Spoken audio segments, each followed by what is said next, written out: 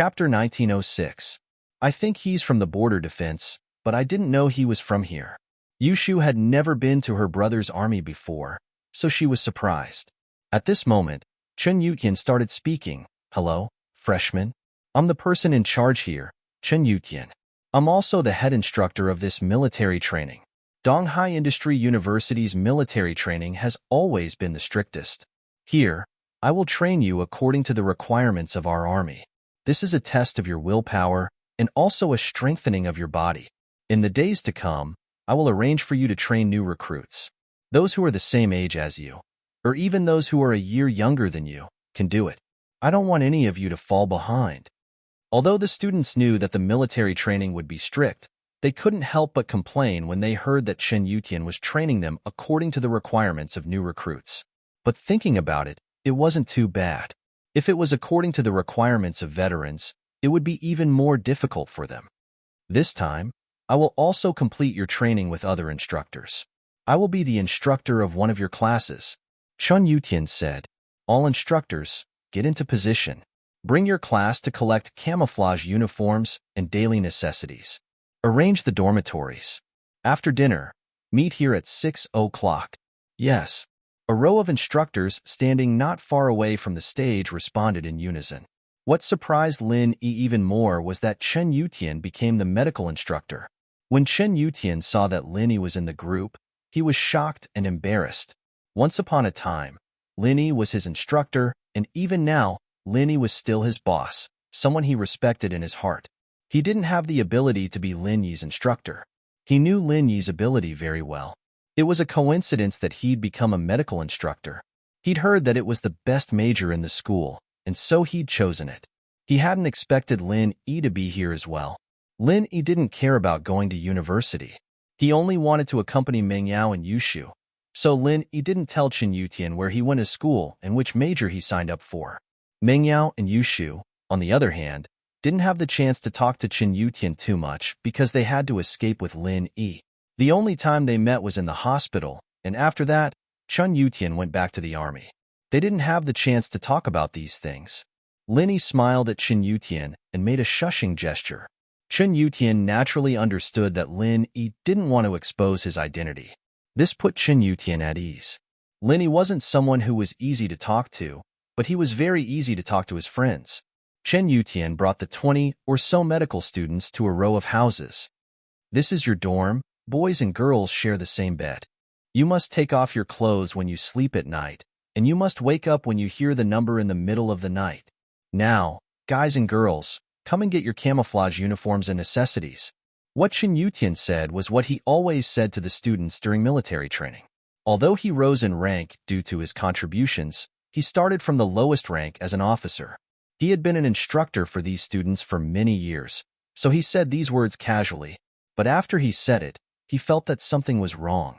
There was only one girl in the medical faculty. In the past, there wasn't a single girl in the medical faculty. Although there were more boys than girls in the classes Chen Yutian taught before, there was never a situation where there was only one girl. It should be known that when the university divided students into classes according to their major, they would also distribute the number of boys and girls in a balanced way. Although there were very few girls in majors like computer science and office automation, there would still be 8 to 10 girls in a class of 30. Even if it was a little less, there would definitely be more than one girl. When there were a lot of girls, it wasn't a big deal to sleep with guys at night. After all, they were all wearing clothes, and the girls would always be in a group, far away from the guys. But this was the first time Chen Yutian encountered a situation where there was only one girl. He was in a difficult position. How was he supposed to live here? Was he supposed to let a girl sleep with a bunch of guys at night? It was fine even if there was one more guy to keep her company. This way, a girl couldn't go to the bathroom or take a shower without someone to keep her company. It was inconvenient. Chen Yutian glanced at the name list in his hand and said, Wang Xinyan, you're the only girl in the class, and it might be inconvenient for you to rest at night. Do you want me to transfer you to another class? Wang Xinyan froze. To be honest, it was inconvenient for her to be the only girl in the class, but at least there were a few familiar classmates and her best friend, Lin Yi. If she was transferred to a class full of strangers, she would feel even more uncomfortable. Seeing Wang Xinyan in a daze, Bai Weitua stood up and said, reporting to the instructor, I'm the class monitor, Bai Weitua. Wang Xinyan is Lin Yi's girlfriend. There's no inconvenience. He was the class monitor, and naturally, he had to stand up at this time. Besides, Lin Yi was his big brother, and Wang Xinyan was his best friend. The vice monitor was Wang Xinyan, and it was inappropriate for Wang Xinyan to report herself. It was better for him, the class monitor, to take the lead. Bai Weitua had gotten the military training rules before, and he knew how to report to the instructor, so he did it meticulously. Qin Yutian looked at Lin Yi in surprise.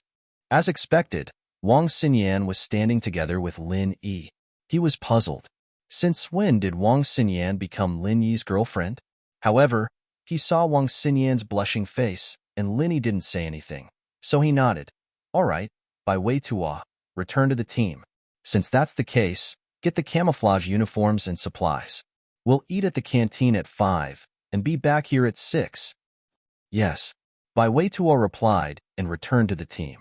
At this time, some soldiers used a pickup truck to pull a truck full of supplies. Qin Yutian waved at Bai Weitua, asking him to help distribute the supplies. After collecting the supplies, the students went to the terrace house to rest. The terrace house was actually a large shared bed. The conditions weren't very good, but it was arranged this way to train everyone's will of hardships. Target equals Mr. Blank. Chapter 1907. Xinyan snapped back to her senses after taking the supplies. She'd been mistaken as Lin Yi's girlfriend again, but it wasn't the first time. Big bro Lin, why don't you take Xinyan to a place to change? We guys are too lazy to go to the washroom to change, so we'll just close the door and change in the house. Bai Weitua said as he saw Lin Yi walk in with Xinyan. All right. Lin Yi shook his head helplessly. She wanted him to take Xinyan to get changed? Where would they go to change? There's a public washroom not too far from here. I think they go there to change. Xinyan saw the frown on Lin Yi's face and understood what Lin Yi was thinking. Public washroom? Lin Yi paused and turned his head. There was indeed a public restroom not too far from his camp, 2 camps away from him. There was a long line for the girls, though. There were fewer people on the boys' side, but there was a long line for the girls. Lin Yi understood immediately. Most guys didn't care, and even if they didn't go to the washroom, they'd just find a place to change their clothes. Girls, on the other hand, wouldn't change in front of so many people. But how long would it take for Xinyan to wait in line? Xinyan, on the other hand, could see that it was troublesome as well. Girls took longer to change than guys, too, so the line would probably take a few hours. Maybe you can hide behind the house, and I'll keep a lookout? Lin Yi looked at the back of the townhouse. There was a fence, but there was nothing behind it other than a cement ditch. It was very clean, with not even a speck of mud in it. Xinyan hesitated, feeling a little embarrassed at first, but then she remembered that Lin Yi had touched her stomach. What was there to be embarrassed about? There were a lot of people in the washroom, too. Xinyan nodded. Then I'll have to trouble you. Xinyan jumped into the ditch carefully, not because she was afraid of Lin Yi peeking. She didn't know why, but she had this strange trust in Lin Yi. She jumped into the ditch because she didn't want anyone to see her. She quickly took off her clothes in the gutter and looked at the bra she was wearing. She hesitated for a moment. She'd have to train later, and she'd have to sleep with her clothes on at night. It'd be very uncomfortable to wear the bra, and it'd be troublesome to take it off again. Might as well take it off now. With that in mind, Xinyan unbuttoned her bra and took it off, placing it on top of the top she'd just taken off. She was just about to put her tank top back on when an irritating autumn wind blew at her, sending her bra flying into the air. Xinyan's bra didn't have any silicone in it, and it didn't have any massage functions. It was just a normal, light type. The camp was very empty, too. Xinyan yelped as she looked at her bra being blown away. She reached out to grab it. Lin Yi had his back turned, waiting for Xinyan to change her clothes. It wasn't that he didn't like Xinyan, and he wanted to peek, but Lin Yi didn't think it was right. He was a man of principles, and so he didn't turn around. But Xinyan's scream gave Lin Yi a fright. Xinyan wouldn't be in trouble, would she? Or would some gangster come over? Lin Yi quickly turned around and looked in Xinyan's direction. In actuality, Lin Yi had turned his head around so easily because Xinyan was standing in the gutter. There were tall stone steps blocking his view, and as long as he crouched down, Lin Yi wouldn't be able to see her at all. But then, Xin Yan got up to grab her bra, her arms spread wide, and the white of her chest entered Lin Yi's line of sight. Ugh! Lin Yi gulped. There was only one thought in his mind when he saw Xin Yan's chest. So big, so white. He didn't think that Xin Yan's chest wouldn't look that big when she wore it, but when she took it off, it was full of assets. It wasn't as big as shoes, but it was at least a few levels bigger than Miss. In fact, this was also the result of Xin Yan wearing a thin bra. Xin Yan didn't purposely squeeze her chest, and she usually wore casual clothes. Of course, it wouldn't be seen. Seeing Lin Yi turn around, Xin Yan was stunned. Her hands were raised in the air, and she forgot to pull them back. She didn't know what to do. But the next moment, Xin Yan understood what Lin Yi was looking at.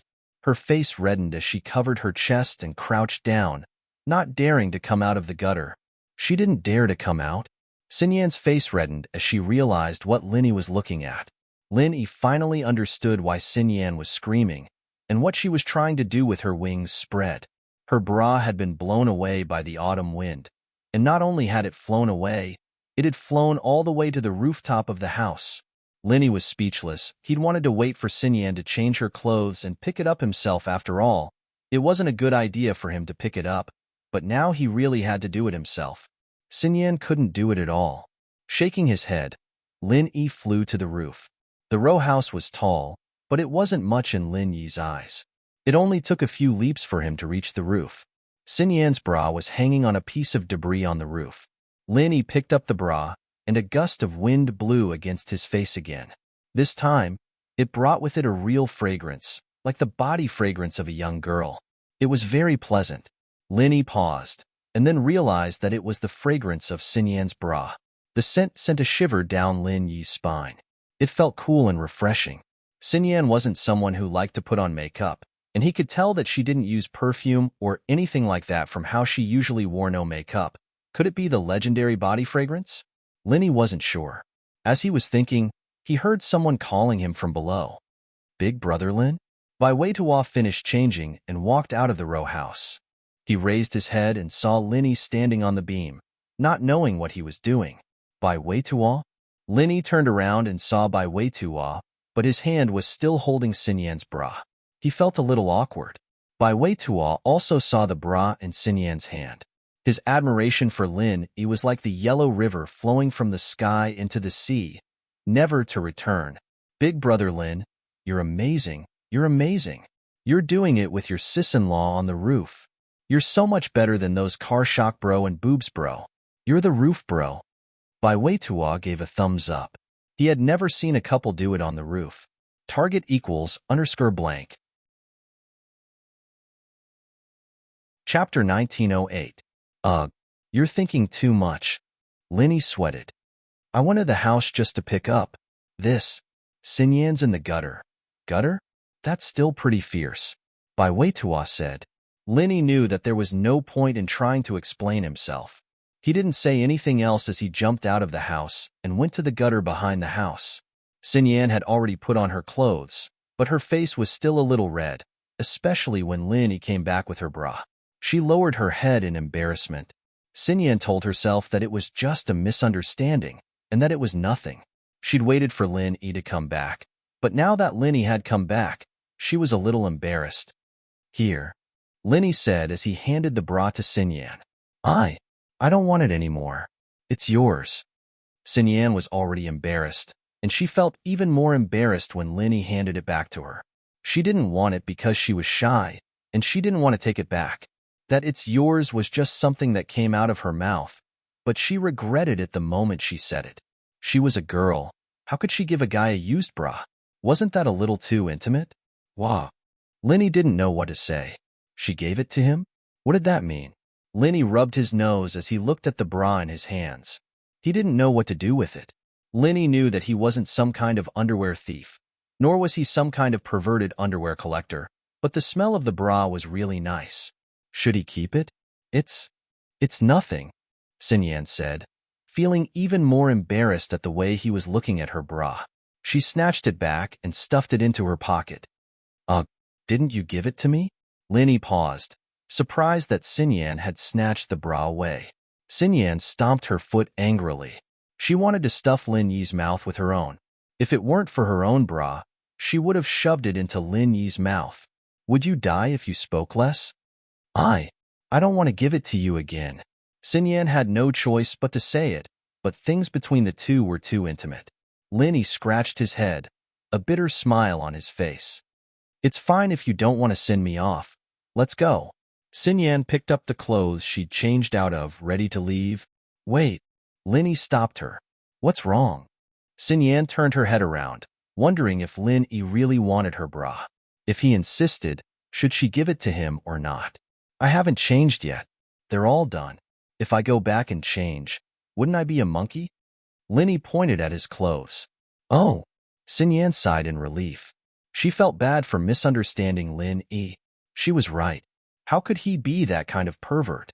If that were the case, he'd be more than happy to go along with the flow. When people mistook her as his girlfriend, he wouldn't even bother explaining himself. Xinyan felt a little guilty and shy at that thought. Then, I'll keep a lookout for you. Okay. Linny nodded and jumped into the drain. But Linny was a lot faster than Xinyan. He was done in a blink of an eye. Let's go, I'm done. That fast? Xinyan was surprised. I'm used to it. Linny smiled. I didn't mean it. I heard you yelling, and when I turned around, I saw. Stop it. Xinyan's face reddened again. She glared at Lin Yi angrily, stomping her foot. I forgot all about it. Linny looked at Xinyan. He wasn't expecting a quiet girl like her to get so worked up. He shrugged. I forgot too. Forget my ass. Don't talk about it again. Xinyan humphed. Okay. Lin Yi didn't dare say anything else, since he was in the wrong. The two came to the front of the bungalow to see Bai Wei-Tua and his classmates sitting in groups of twos and threes, resting and chatting. Bai Wei-Tua rushed over when he saw Xinyan's blushing face. Boss, you're really something, he said in admiration. You're really something, boss. Don't talk nonsense. Lin Yi glared at him. I know. Only Zhao Shangji, Song Xiaodao, and I know. The others don't know. Bai Wei-Tua smiled. But the others have probably guessed it too. Indeed. When the others saw Xinyan and Lin Yi coming out from the back of the house, they all had an ambiguous look on their faces. This little bastard Lin Yi sure is enjoying life. Such a pretty girl, and he just let her be your cauldron. The yellow hair said with a sigh. I'll let Lin Yi be arrogant for a while. When I become a second-rank refiner, I'll be able to sit in the position of an elder in the House of Yu. I won't be able to send the masters of the House of Yu to kill Lin Yi, but I can do it in secret. Coiling Tiger of the Right hated Lin Yi to the bone. Besides, when I become a second-rank refiner, I'll be able to refine countless pills. I'll be able to make a fortune in the hidden auction. It won't be hard to get the Bloodcloak underworld people to kill him. Yes. The purple hair nodded. Master Yu. You're the one with the foresight. Let this Lin Yi be arrogant for a while. Arrogant? We can't fight him with our strength, but we can use other methods to annoy him and give him some trouble. It'll be fun in school. Coiling Tiger of the Right said. Then, aren't you afraid that Lin Yi will attack us? The yellow hair thought of Lin Yi and felt a chill down his spine. In Boss Bai's class, he wouldn't be giving face to Boss Bai. If he doesn't give face to Boss Bai, that person from the Sky Elixir sect won't let it go. Knowing Boss Bai's identity. If Lin Yi dares to touch a hair of mine, it'll be suicide. I'd love for him to touch me. Coiling Tiger of the Right sneered. What Boss Bai hates the most is people from families and sects putting on airs in front of him and bullying him. Hiss. The yellow hair and purple hair knew that Boss Bai wasn't simple. Otherwise, why would the hidden House of the Right send Coiling Tiger of the Right to school? But they didn't expect Boss Bai to be this powerful. Even the Sky Elixir sect respected him. Just who was this old man? Lin Yi, naturally, didn't know that Coiling Tiger of the Right was looking for trouble with him again. He saw that everyone in the class was looking at him and Xinyan strangely, so he brought Xinyan back to the terrace house first. Target equals Mr. Blank. Chapter 1909. Xinyan, sister-in-law as strong as Lin Yi was, he couldn't do anything to his classmates. He couldn't just beat them all up, could he? It wasn't until he got back that Linny realized that the bed was already filled with luggage and blankets, but there was an empty space in the innermost part. Evidently, Bai Weitua had left it for himself and Xinyan. Linny didn't say anything and put his luggage on top of it. Xinyan, on the other hand, sat in the innermost seat, hugging her legs and curled up on the bed. She was silent, not sure what she was thinking. Linny didn't know how to comfort Xinyan. After all, something so embarrassing had happened, and Lin Yi would only make things more awkward. "Come take a walk with me," Xinyan said to Linny after a while. All right."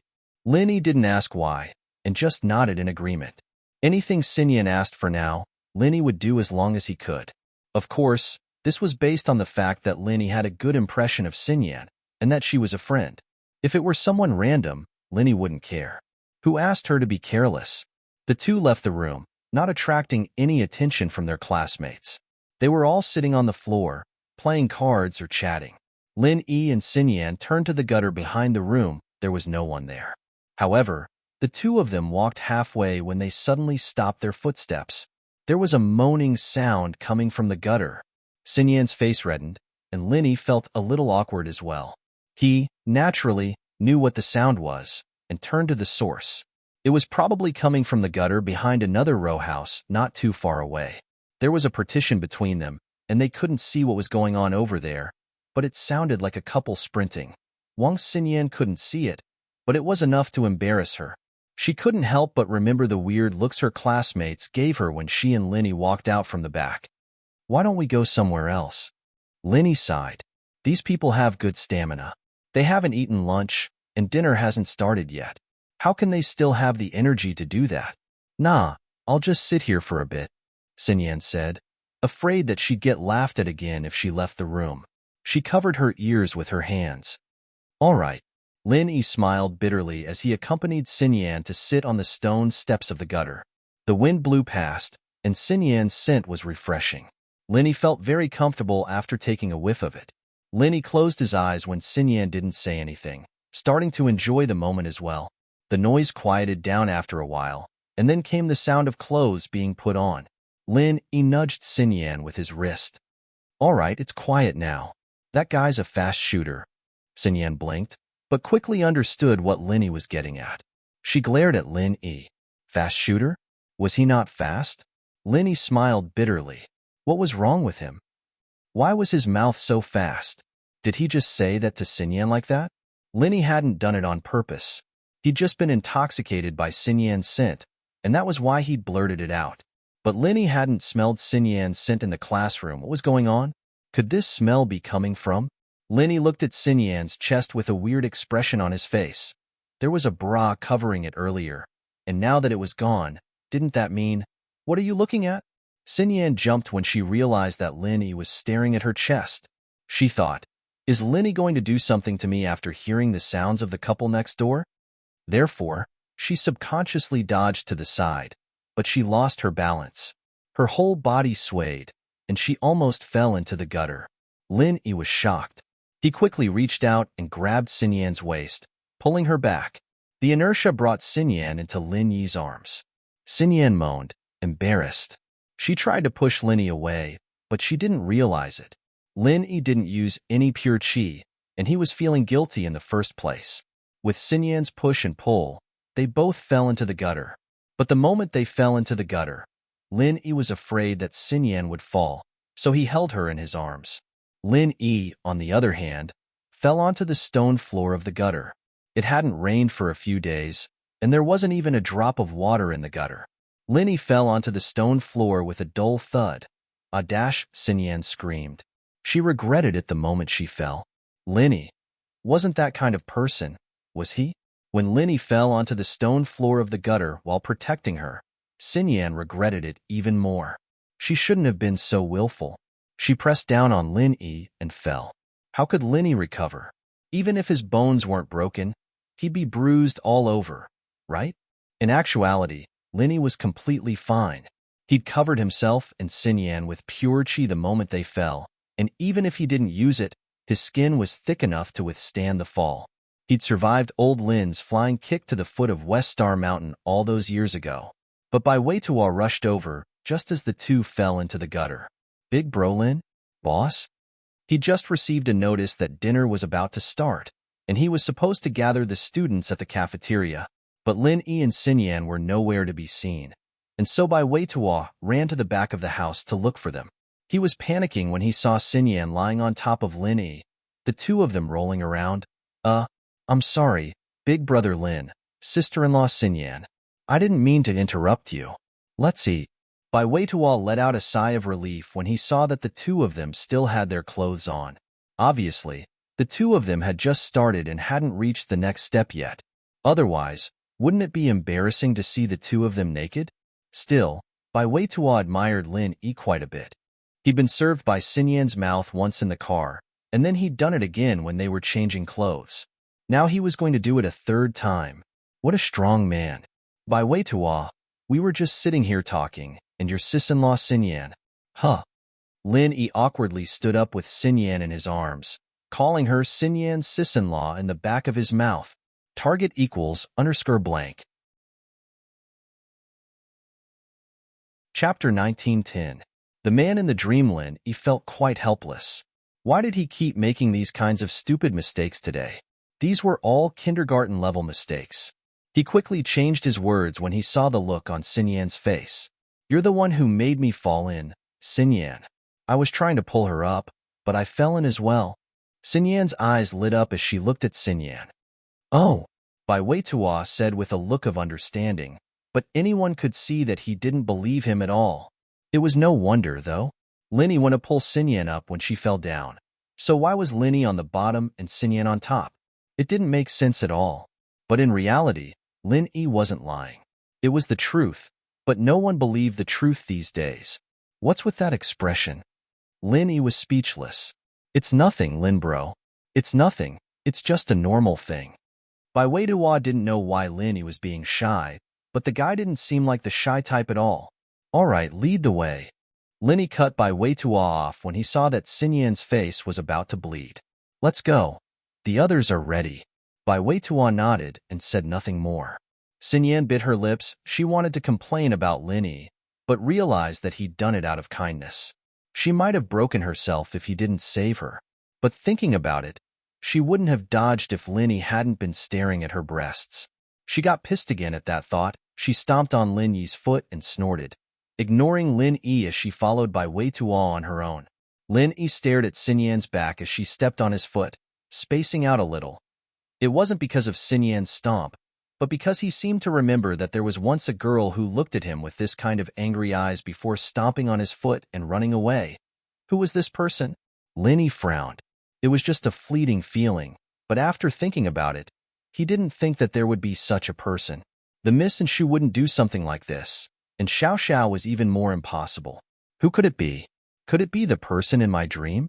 Sometimes, when a person experienced something, they would have a feeling of déjà vu, as if they had experienced it in a dream or in a previous life.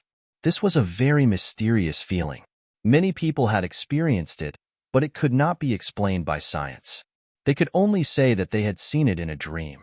Could it be that he'd seen Wang Xinyan in his dreams? Dreamed of her stepping on him? Looking at the back of the figure walking away, unknowingly, it seemed to overlap with a certain scene in his memory. Perhaps it was really a dream? Lin Yi shook his head and quickly followed. The cafeteria here was huge, several times bigger than the cafeteria in Donghai Industry University. However, it didn't have as many sales windows as the cafeteria in Donghai Industry University. There was only a row of tables here, and on the left of the table were a few big buckets with 3 types of dishes: meat, vegetable, and soup. On the other side of the table were bowls of rice, steamed buns, and flower pots. Under the leadership of the class leaders, the students lined up, each holding a bowl and a bowl of soup. These were the daily necessities given to them during military training. Come here one by one later, there will be people to help you.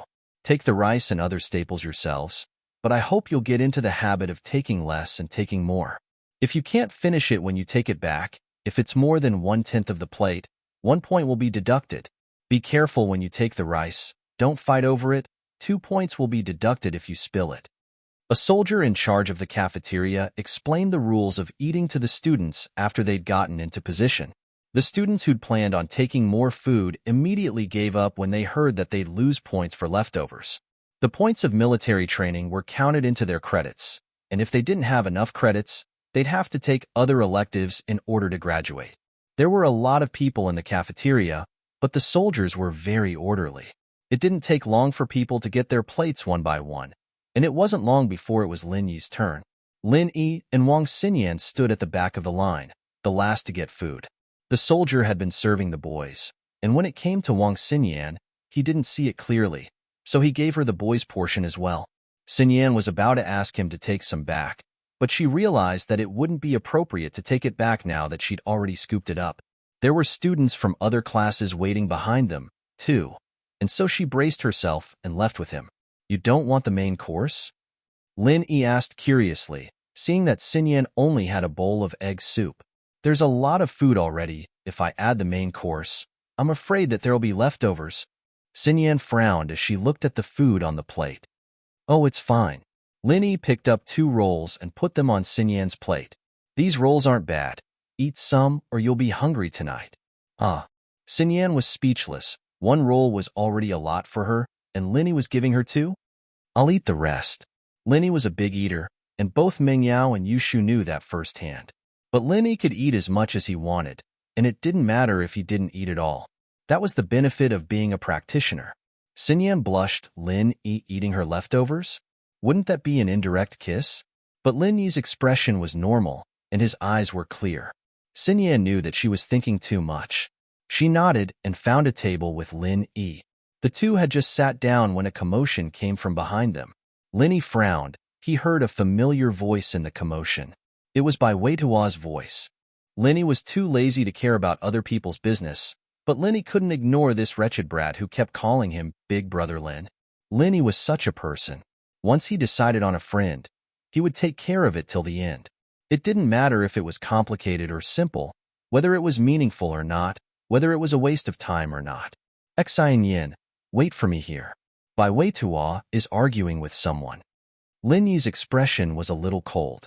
"Oh, be careful," Xinyan said, realizing that she was overthinking things. With Lin Yi's strength, there was no way these students would be able to do anything to him. But do I care about him? Wang Xinyan rarely cared about other people, especially a guy, but at this moment, she did. It was from the bottom of her heart. Target equals for blank.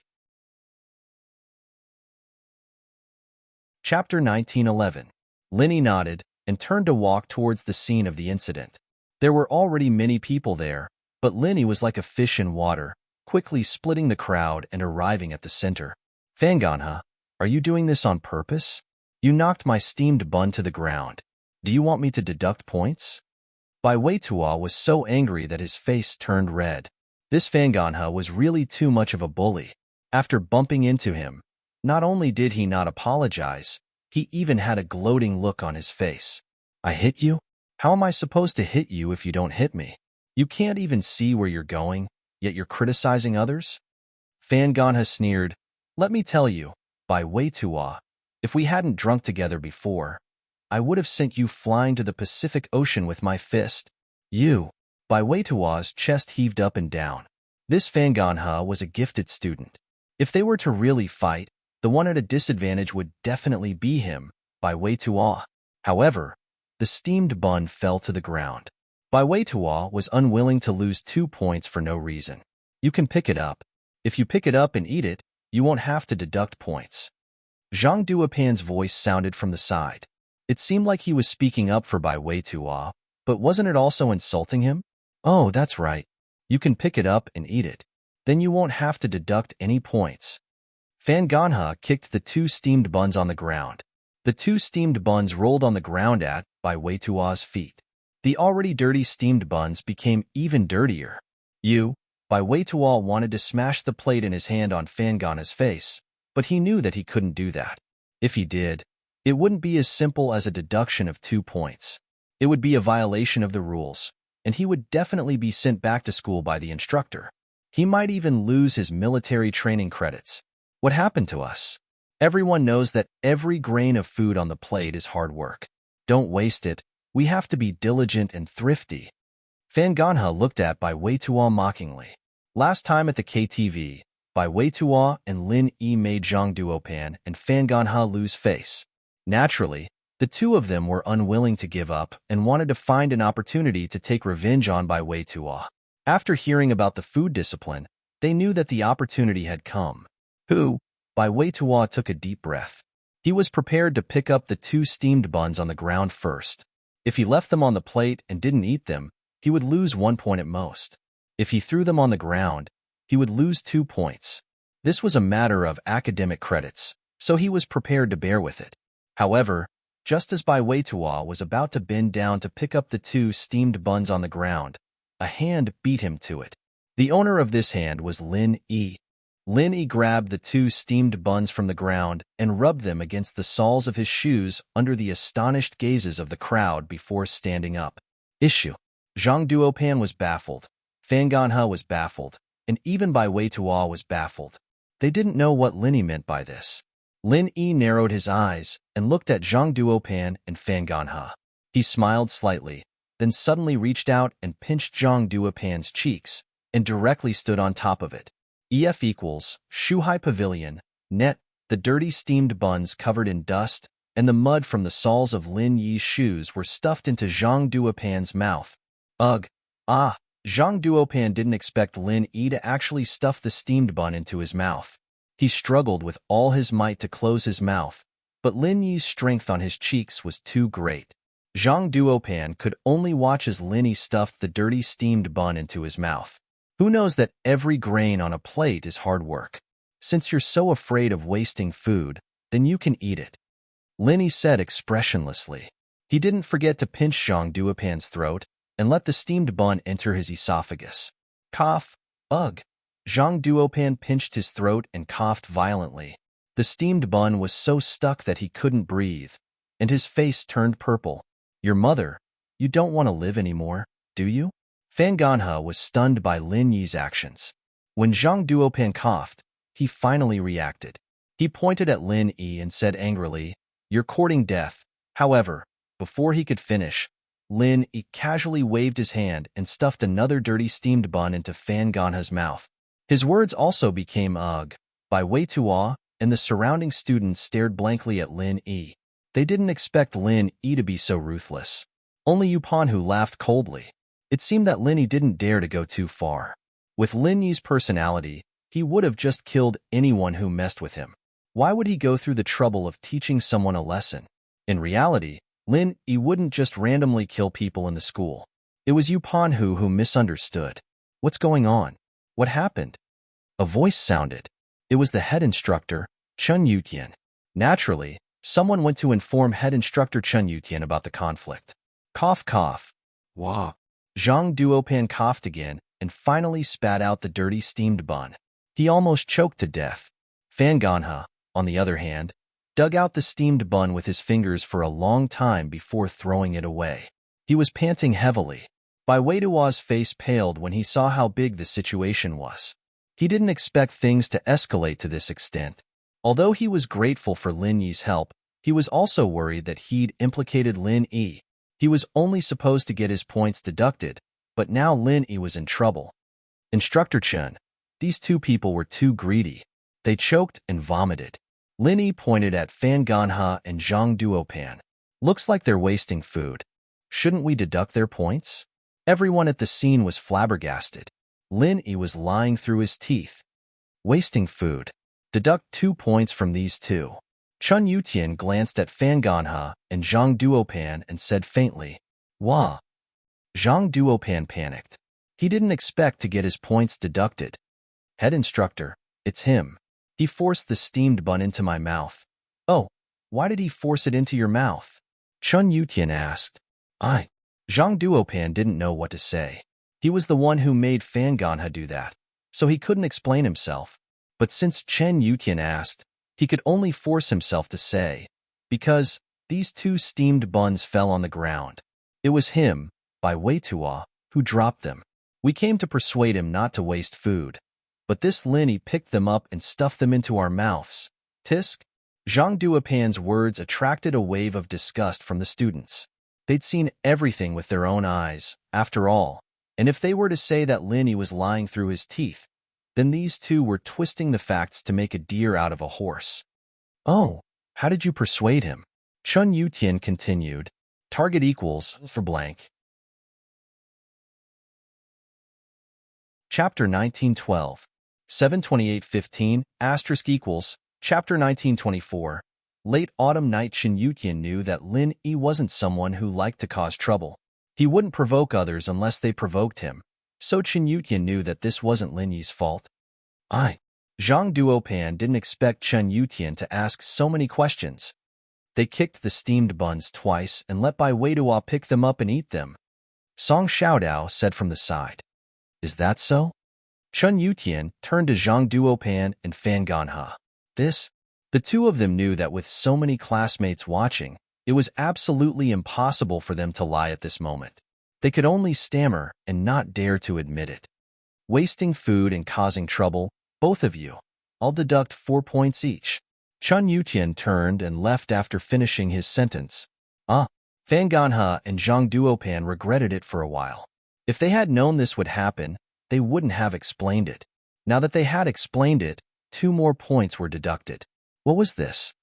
Bai Weidua found it strange that Chun Yutian seemed to be siding with him, but he was the victim, so he didn't think too much about it. He laughed happily.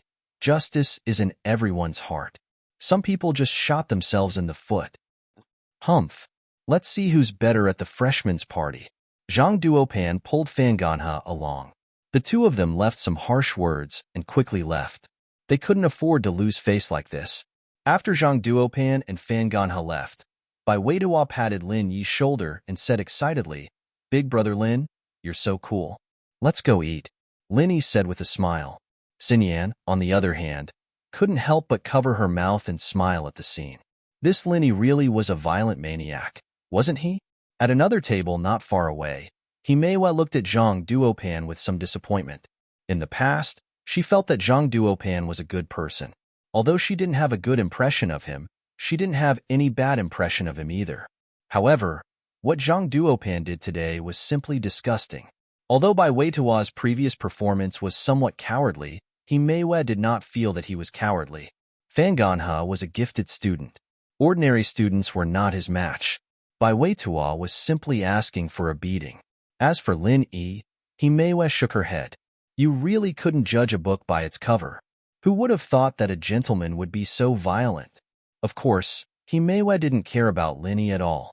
He didn't admit to his relationship with Xinyan, but she could tell from the way he sat next to her that their relationship wasn't normal. Although this small episode was intense, it subsided quickly. Everyone was hungry. Moreover, this was the army, and there were very strict rules, so everyone found a place to eat. However, what happened just now made them relish in talking about it. After the meal, the students all returned to their own barracks. It was 6:00 sharp, and they were all in front of their barracks. After the medicine class, Chun Yutian appeared in front of everyone very quickly, reporting, Instructor, I am the class monitor, Bai Weitua. Please instruct me. Bai Weitua stepped out. Very good, Bai Weitua is back. Chun Yutian nodded, satisfied. Tomorrow will be the start of your official military training. The 1st to 3rd days will be marching, and formation training. The 4th to 6th days will be military boxing training, and the 7th to 8th days will be field training. After the 8th day, there will be formation, military boxing, and kickboxing. The winning class and individual will be rewarded with 5 to 10 credits. No one expected that other than the normal credits, there would be bonus credits as well. It was quite a lot too, from 5 to 10. Don't be too happy yet. Only the top 3 of each competition will be rewarded, whether it's a group or individual. Chun Yutian said faintly. The field training is based on faculties, but the first 3 groups to return from each class will be rewarded with 2 credits each. College credits were both difficult and easy to obtain. Many elective courses such as etiquette, social interaction, and so on were easy to obtain. However, sometimes, one would still lack some credits before graduation. It would be difficult to take those courses that one had not taken before, especially for students who chose double majors. Credits were even more important. So, if they could get more credits at this time, no one would complain about it. After Qin Yutian finished his lecture, he led the students to do a few simple movements in front of the barracks. For example, at ease, attention, turn left, turn right, and so on. These were all things they learned in middle school, so it wasn't hard at all. It was just a warm-up. Then, Qin Yutian led the students to jog a few rounds around the barracks before dismissing them. The first day's training wasn't much, but it was still too much for the students to handle. They collapsed on their beds after returning to the barracks. Right Pan Hu, yellow hair, and purple hair were on the other side of the bed. These three were the oddballs, and it was obvious that they weren't easy to get along with. The students in the class didn't provoke them, and they didn't want to talk to anyone, either. On the other side of the bed, EF equals, Booksy Pavilion. On the other side were Lin Yi and Xinyan. Xinyan was lying quietly beside Lin Yi.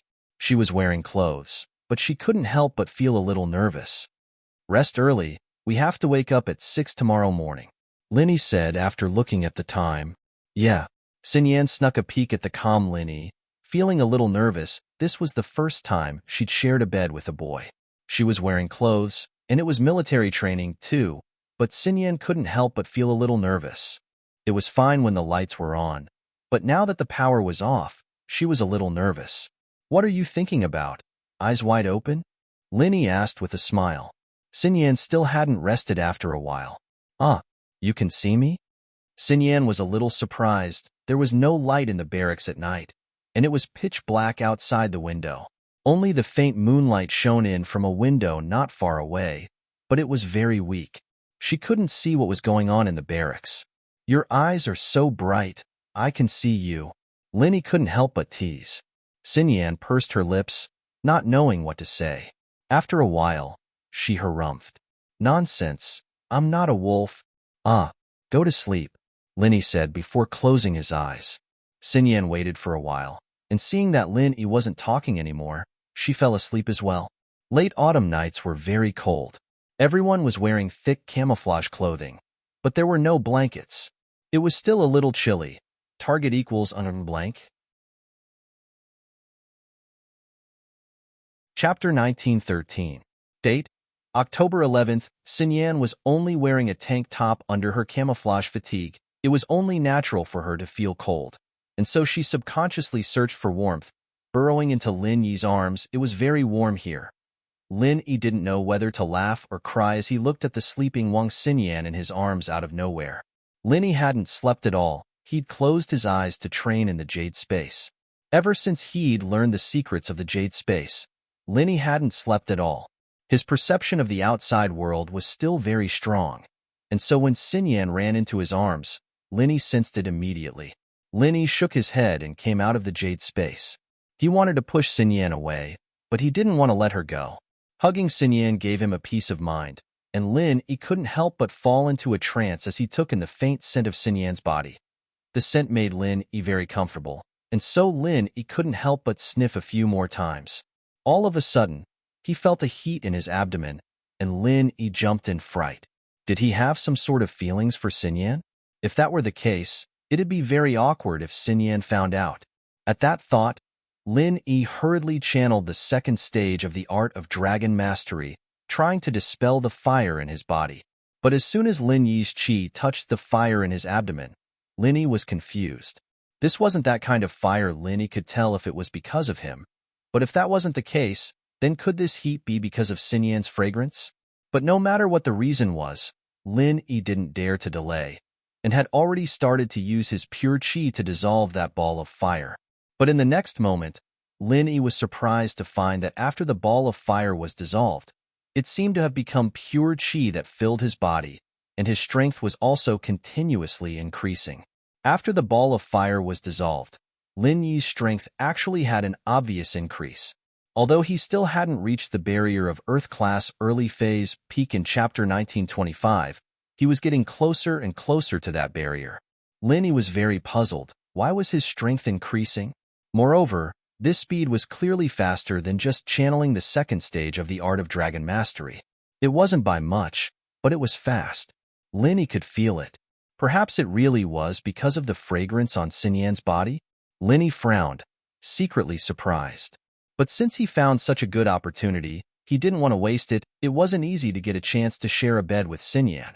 Of course, he'd want to absorb more of this fragrance to train. Otherwise, Xinyan might not agree to it when he got back to school. Lin Yi didn't sleep that night, and his body kept channeling the art of dragon mastery until dawn. Xinyan was a bit cold in the middle of the night, and naturally went to find warmth. She opened her eyes in the morning to find herself in Lin Yi's arms. She was a bit surprised, but then she saw that Lin Yi wasn't hugging her, but she was hugging Lin Yi.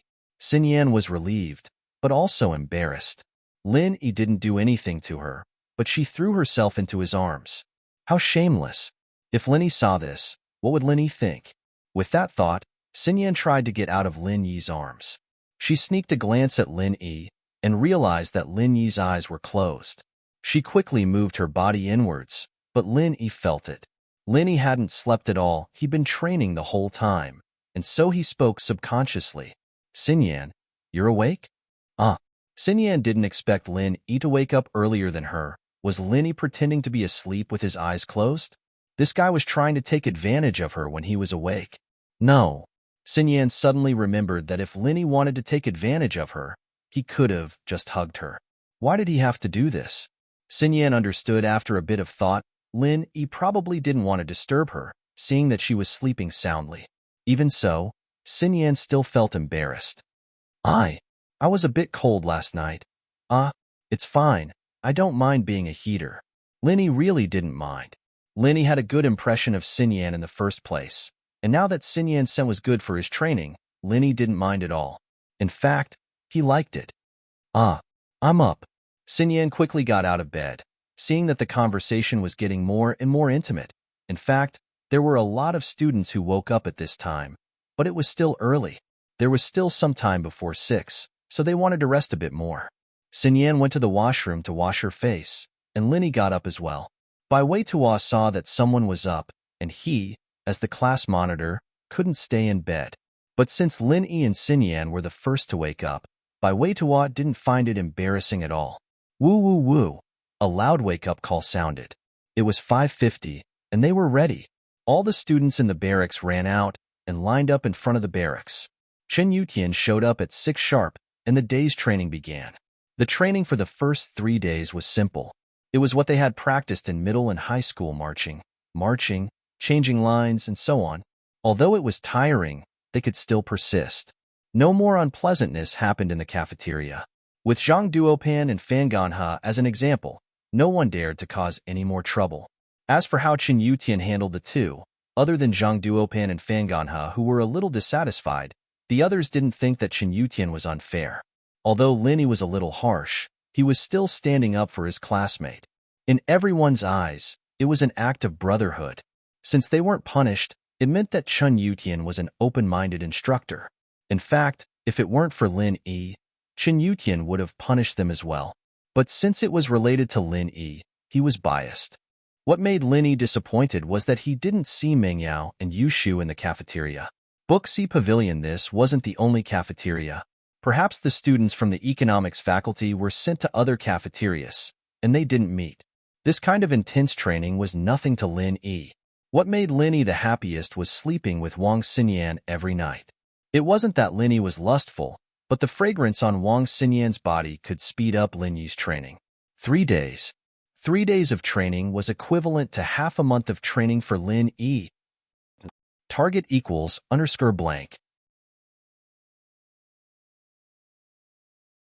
Chapter 1914. Although Lin Yi's mastery of the second stage of the art of dragon mastery was partly due to this, Wang Xinyan's scent played an important role.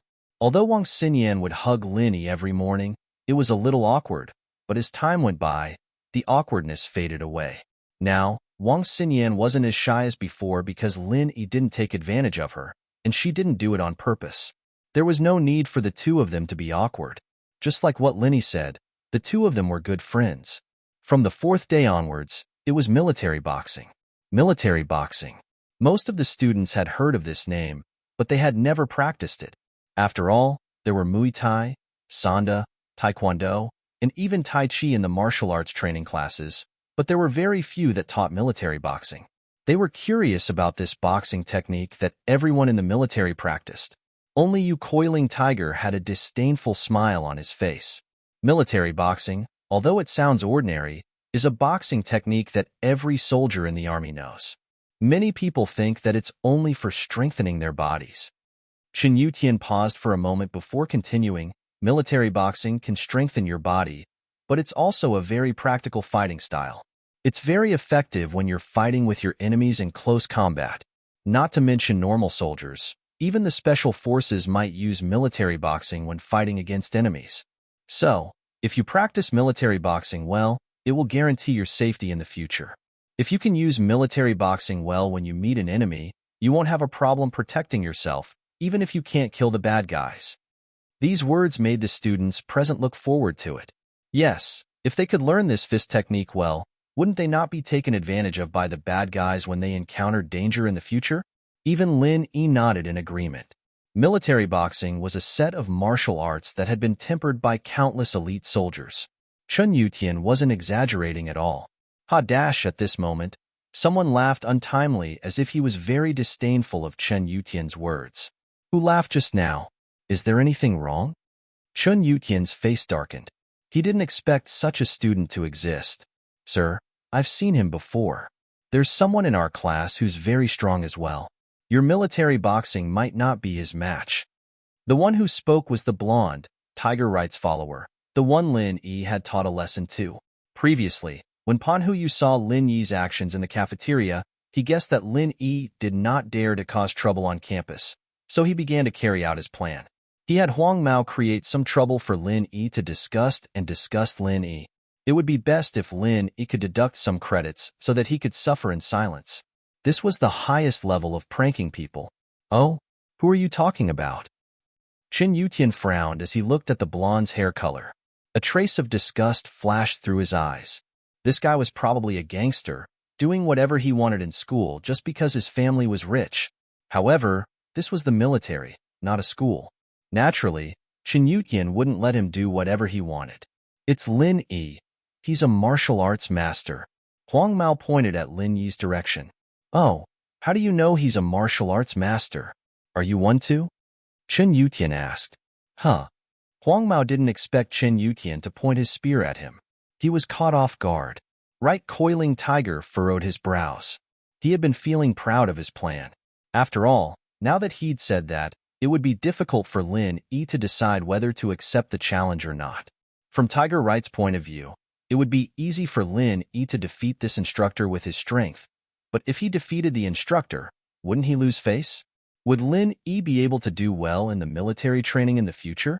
Even if the instructor didn't hold a grudge against Lin Yi would still be reprimanded by the school when he returned. But if Lin Yi admitted defeat on purpose, with his strength that could even defeat an Earth-class master, wouldn't it be a very frustrating thing to admit defeat to a normal instructor? If he didn't accept the challenge, Lin Yi would be disobeying orders. Disobeying orders in military training would also result in points deduction.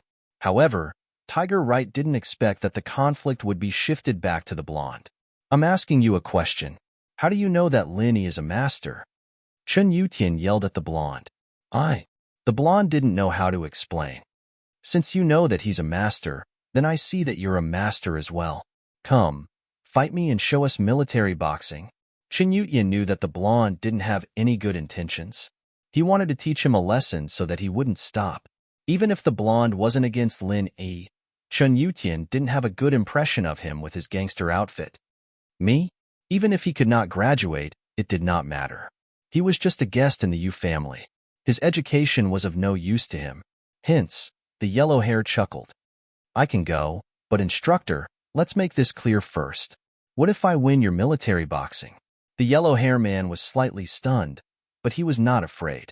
He was here to accompany his young master to study. Yu coiling tiger cared about credits, but the yellow hair did not care. Even if he could not graduate, it did not matter. Win? What do you say?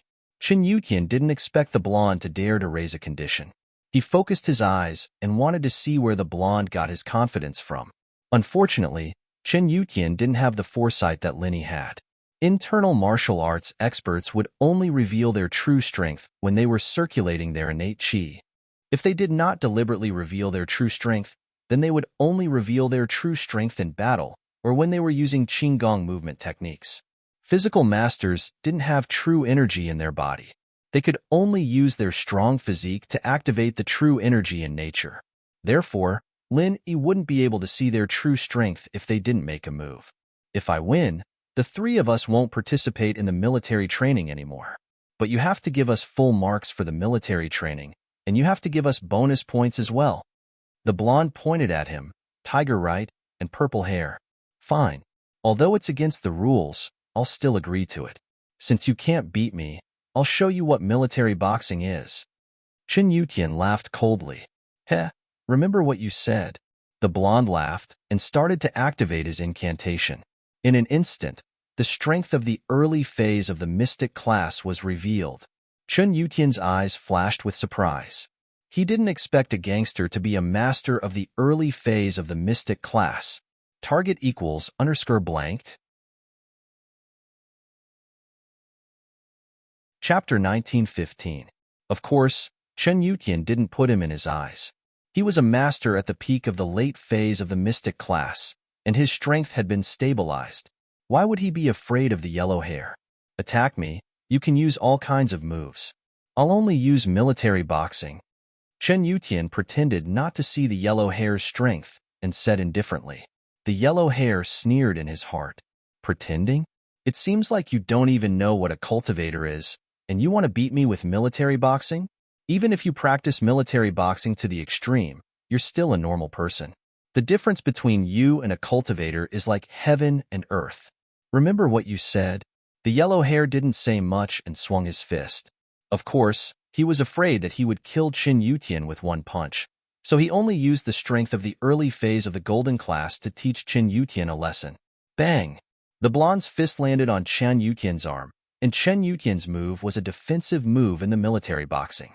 The yellow hair thought that even if he couldn't break Chen Yutian's arm, he would at least send him flying.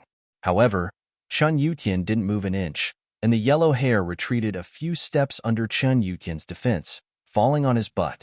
Ha ha ha! Seeing the yellow-haired guy sitting on the ground, all the students present burst into laughter. This guy was so arrogant at the beginning. He even wanted the instructor to exempt them from military training. Not only that, he even wanted extra points. Who did he think he was? Chen Yutian didn't want to hurt the yellow hair, so he controlled his strength to the peak of the early phase of the mystic class, suppressing the yellow hair. One had to know that the difference between an earth class and an earth class was one level, and they could kill their opponent. So Chen Yutian only used military boxing to defend and didn't attack the yellow hair, wanting him to back off. But the yellow hair was too careless. If he used his full strength, he wouldn't fall on his but like this, even if he couldn't do anything to Chen Yutian. Peak of the early phase of the mystic class. The yellow hair looked at Chen Yutian in disbelief. Since when were there so many cultivators? One had to know that he was from a hidden house, and that was why he had the strength of a mystic class. Chen Yutian was just a military instructor, and yet he was stronger than him? Right Coiling Tiger and Purple Hair were practitioners as well.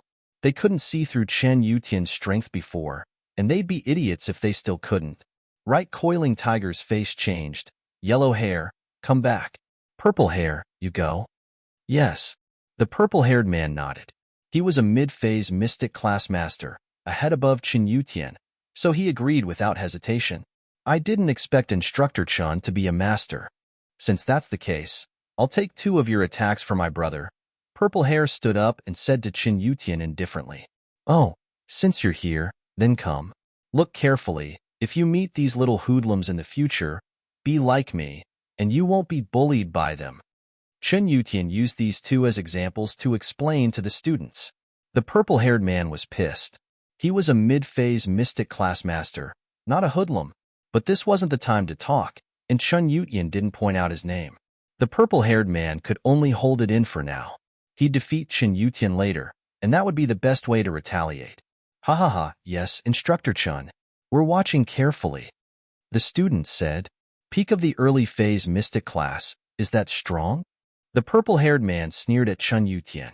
He activated his internal arts, revealing his strength as a mid-phase mystic class master. Come, continue to attack me. Chen Yutian glanced at the purple-haired man, and he was even more shocked. There was a mid-phase mystic class? What kind of class was this? There were hidden dragons and crouching tigers. But compared to an Earth-class master like Lin Yi, these people were too weak. Huh. The purple-haired man froze. This Chen Yutian was only at the peak of the early-phase mystic class, but he wasn't afraid of him, a mid-phase mystic class master, and even asked him to attack him. Was he an idiot? A high-level master attacking an Earth-class master. Wasn't that a one-sided attack? Hurry up, don't waste everyone's time. Chen Yutian looked at the purple-haired man impatiently. Oomph. The purple-haired man was pissed. He snorted coldly and kicked towards Chen Yutian. Since Chen Yutian was a master at the peak of the early-phase mystic class, the purple-haired man didn't need to hold back anymore. He would use his full strength and injure Chen Yutian. He was at the peak of the early-phase mystic class anyways, and he wouldn't die. The purple-haired man wanted Chen Yutian to suffer in silence. He was the one who asked him to attack. Even if he injured Chen Yutian, he could only pinch his nose and accept it. He was the one who agreed to the conditions of winning. However, when the purple-haired man kicked, Chen Yutian also used a military boxing to win. But what shocked the purple-haired man was that Chen Yutian wasn't a master at the peak of the early-phase mystic class. He was clearly at the peak of the late-phase mystic class. The purple-haired man regretted it, but it was too late. The moment his foot touched Chen Yutian's fist, he flew backwards. The distance he flew was much further than the yellow-haired man. He flew to the edge of the training ground and landed heavily on the ground, screaming in pain. Ouch! This was the result of Chen Yutian holding back. Otherwise, with Chen Yutian's strength, killing the purple-haired man was as easy as playing with a toy. Wah! The students at the scene immediately gasped in surprise, followed by thunderous applause. Chen Yutian's move was too cool. It looked like an ordinary move, but it had such power. It was like a stunt scene in a martial arts movie. A normal person's punch could only knock someone down, but this kind of punch could send someone flying so far away. Ordinary people couldn't even see it. It was something that could only be seen in movies. Chen Yutian's punch could only be seen in movies. But now, it happened in front of everyone's eyes. It turned out that those scenes in the movie were not a lie to attract attention, but in fact, there really was such a powerful person who could do it. Yellow hair, purple hair, right coiling tiger, you violated the rules. Run 100 laps around the barracks, or you can't have lunch. Chen Yutian glanced at right coiling tiger. He knew that these three were in cahoots. Since the yellow-haired man and the purple-haired man weren't ordinary people, this right coiling tiger was probably a practitioner as well. Running 100 laps wasn't a big deal. Yes, the yellow-haired man, the purple-haired man, and right coiling tiger were furious, but they didn't dare to act rashly. This instructor was actually a master at the peak of the late-phase mystic class. In front of such a master, they couldn't fight back. Seeing the three running laps, the students at the scene burst into laughter. Target equals for blank. Chapter 1916. Field training. All right, everyone has seen the power of military boxing. Now, are you guys willing to learn from me? Chen Yutian asked. Yes. After witnessing Chen Yutian's power with their own eyes, who wouldn't be willing to learn? In fact, military boxing was indeed powerful, but it depended on the person using it. If Chen Yutian wasn't a mystic class master, he wouldn't be able to send someone flying with just one punch. However, Chen Yutian was more than happy to use this method to motivate the students. Seeing was believing. His fight with the blonde and purple hair was more convincing than any explanation. He believed that the medical major would be one of the classes that studied military boxing the most seriously. Under Chen Yutian's guidance, everyone practiced enthusiastically. Even Wang Xinyan was sweating from exhaustion, but she was still very serious. Fuck, master you. Why are we so unlucky? The blonde said helplessly as he ran. This is weird. Any instructor is a mystic class master. Mystic class masters are so worthless. You coiling tiger frowned, but a wise man knows better than to fight when the odds are against him. Let's run. We'll teach that Linny a lesson when we get back. I thought that boss wouldn't be around during the military training, and I wanted to discuss Linny a little. What a lucky bastard, the purple hair said. However, as soon as the purple hair finished speaking, Chen Yutian scolded, "What are you three mumbling about? You seem to be very energetic. Add another 100 laps." Chen Yutian glanced at you coiling tiger. Although this guy was only a golden class master, running a few hundred laps wouldn't tire him out, so he added another 100 laps for them. You coiling tiger and the others groaned in their hearts, but there was nothing they could do. In the blink of an eye, another 3 days passed. The next program was field training. This was one of the most important programs in the military training, and it was also the toughest training. This was a test of everyone's ability to survive in the wild. Early in the morning, a few buses brought all the biology students to the foot of a mountain about 50 kilometers away from the army camp. This was a nameless mountain range, not far from the border. The training this time was for 3 people to form a group and go up the mountain to find a small flag at a designated location. Because each flag was placed in a different position, each flag had a GPS positioning device, and each team would be randomly given a GPS receiver.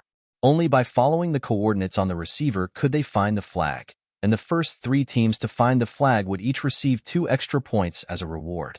The training would last for 2 days, starting from this morning and ending tomorrow night.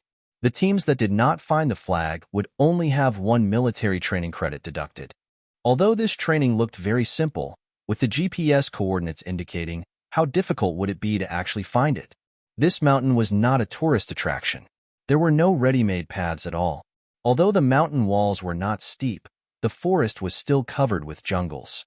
It was obviously not an easy task to pass through the layers of jungles to find the target. Moreover, the location of each flag was different. There was no chance of working together in such a big mountain. They could only rely on the 2 people in the same team to find the flag. Chen Yutian taught the students some essential knowledge of survival in the wild. Although there weren't any beasts on the mountain, most of the students grew up in the city. They didn't have any survival experience in the wild. It would be bad if something happened. However, just in case, Chen Yutian still had a backup plan. There's a red switch behind this GPS coordinate device. This is an emergency warning switch. If you guys really meet with danger on the mountain, just flip this switch, and we will know your coordinates. The rescue team will rush to the scene immediately. Chen Yutian said, "Of course, if you don't meet with danger and just randomly flip the switch, I will also cancel your points for this field training. I hope everyone can cooperate with each other, and the 3 of you must learn to support each other. I don't want any of you to fall behind. If any of you fall behind, no matter if you find the flag or not, your points will be deducted directly." Everyone was worried when they heard that they had to go up the mountain alone to find the flag, but with this emergency switch, there was no problem. As for falling behind, no one thought about it. No one could leave their classmate behind. All right, next, students from all classes, form groups of 3. Come here to collect the GPS, compressed biscuits, drinking water, medical kit, and camping supplies, Chen Yutian said. The number of people in Lin Yi's class wasn't a multiple of 3. There were 2 extra people, so Lin Yi didn't hesitate and formed a group with Xinyan. Normally, they would find an extra student from another class to form a group, but Chen Yutian knew how strong Lin Yi was. Lin Yi could carry Xinyan up the mountain without a problem, so he agreed without hesitation. After all the groups had collected their things, everyone prepared to go up the mountain under Chen Yutian's orders. However, not long after they went up the mountain, they didn't have anyone in the same direction. Their flags weren't in the same position, and they were scattered all over the place. The mountain was big and tall, and very few people were willing to take detours with others. Most of them chose the straight distance on the GPS. However, on a mountain like this, even if it was a straight distance, it was impossible to walk in a straight line. After all, there were some rocks and trees that had to be detoured. Xinyan was a little embarrassed as she looked at Lin Yi carrying all the luggage. "Lin Yi, can you share some of this with me?" Most groups had 3 guys, and there wasn't much to share even if there was more, but Lin Yi's group was small to begin with, and Xinyan was a girl, so the heavy burden fell on Lin Yi's shoulders. "It's fine. These aren't heavy at all. Just maintain your stamina. If you collapse from exhaustion, I'll have to carry you as well. Won't that be more tiring?" Lin Yi smiled. "Oh." Xinyan blushed a little. She didn't know why, but she was looking forward to it. She didn't know when it started, but Xinyan was getting used to the feeling of Linny beside her. It had only been a few days, but she felt like she was relying on him. Xinyan didn't know if this feeling was good or bad, but she didn't reject it. It was the first time in her life that she was this close to a boy. She was surprised that she didn't hate Linny at all. Target equals for blank. Chapter 1917. No other meaning. Xinyan was a quiet person, and she'd never fallen for a man before. She even had a natural repulsion towards men, and the reason for that was her two uncles being too evil. They'd never liked her since she was a child, and that had given her a bad impression of other men. But she'd never felt that way since she'd met Lin Yi. Perhaps it was because of the chance encounter on the train, and she'd felt pity for him when she saw him getting tricked. She'd been surprised to find out that it wasn't Linny who'd been tricked, but the scammers. She'd been curious about what Linny was like. The second time they'd met was in the business district of Songshan. She'd gotten into some trouble, and Linny had taken care of it easily. From that moment on, Xinyan felt that Lin Yi was a good friend. But the time they truly opened their hearts to each other was that time on the plane, when she'd been feeling down. She'd told him a lot about her life and worries, and from then on, they'd become closer than just normal friends. They could be considered good friends now. Step by step, Xinyan realized that Lin Yi was a good person, and a good one at that. But thinking about it, Lin Yi might be a good person in her eyes, but in the eyes of the Xiao family, Lin Yi was a super bully. The two climbed for about a kilometer, and Xinyan was starting to run out of stamina. It had been easier at the start, but now it was getting more and more difficult. There were branches, leaves, and mud everywhere, and it slowed them down quite a bit. Of course, if it weren't for Xinyan, Lin Yi would have been able to find Xiao Qi and come back with ease. This sort of jungle route was a piece of cake for Lin Yi, after all. Back in the primeval forest in Africa, a place full of wild beasts, snakes, swamps, poisonous plants, and bugs, Lin Yi was still able to run like he was flying. "Let's rest if you're tired," Lin Yi said after finding a relatively clean spot. "Ah, it's okay. I can still hold on." Xinyan didn't want to rest so soon. How long would they be able to find Xiao Qi if they kept resting? "It's okay. The scenery here is beautiful. Just take it as a view," Lin Yi said with a smile. "Look at the maple leaves all over the mountains. How beautiful." As far as Lin Yi was concerned, if he couldn't find it in the end, he'd just run over and take the flag back, and that would count as completing the mission. As for the top three, Lin Yi didn't really care about them. Boss Bai had already guaranteed that he'd be able to graduate smoothly, so why would he need credits? Boss Bai was the boss in the Faculty of Medicine. With his promise, even the principal would not say anything. "Yeah, it's really beautiful." Xinyan sat down as well after hearing Lin Yi's words. She couldn't help but think of a poem as she looked at the red leaves. "Far away on the cold mountain, there is a house in the depths of the clouds. Stop to love the maple forest at night. The frost leaves are redder than flowers in February." It was just a random poem, but Xinyan's face reddened when she said it out loud. The third line of the poem, "Stop and sit in love with the maple forest," had been changed by some bored people to "Stop and sit in love with the maple forest," to describe car vibrations. Xinyan had just been on campus 2 days ago. Xinyan had read it on campus 2 days ago.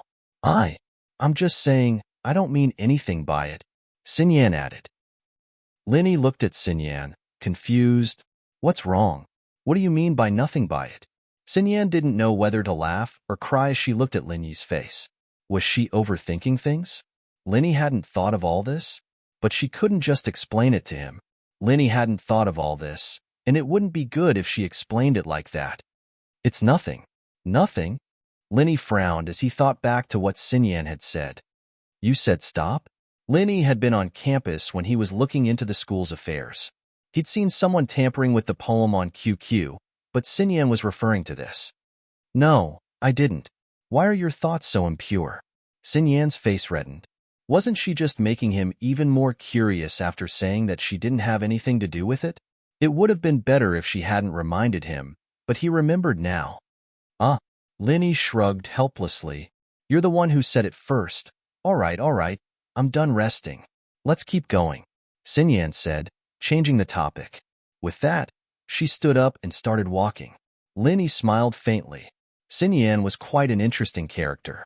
She didn't look like she didn't belong to the world, but she was a little cold in front of people she wasn't familiar with. Once they got to know each other, her personality would become more cheerful. She was similar to the Miss in this regard, but not exactly the same. The Miss was cold on the outside but warm on the inside, but she wouldn't be as quiet as Xinyan. They walked for a while, and it was almost noon. Lin Yi took out a pack of biscuits from his bag. Hungry?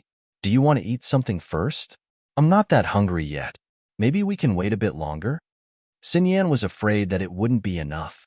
She'd looked at other people's GPSs before, and none of them had a GPS as far as the one she was holding. This was practically the end of the mountain, and they'd have to climb over the other side of the mountain to find the flag. Xinyan didn't know why she was so unlucky to get a GPS like this. She didn't want to waste food. Perhaps she and Lin Yi would be the last group to complete the mission. In fact, Yutian gave her this GPS on purpose. From his point of view, it was safer to give the furthest coordinate to Lin Yi. With Lin Yi's skills, it was a piece of cake for him to get the red flag. It's fine. The two of us got a bag of supplies too, and it's enough for 3 people. Lin Yi smiled as he tossed a bag of biscuits to Xinyan. Then, let's eat a little. Xinyan was hungry when she saw the food. If Lin Yi didn't take it out, she might be able to hold on for a bit longer. The two found a clean place and sat down. They ate some biscuits and drank some water before continuing their journey. After eating, Xinyan recovered a lot of her strength. However, the distance to the destination was too far. They walked for another 4 hours, and they were only halfway there. Lin Yi sighed when he saw that Xinyan was starting to run out of stamina. We're at least 20 kilometers away from our destination in a straight line. We need to get there before nightfall, or we won't be able to make it back in time for the training mission tomorrow. Target equals _blank. Chapter 1918. Sigh. It's all my fault. I got a GPS that's so far away.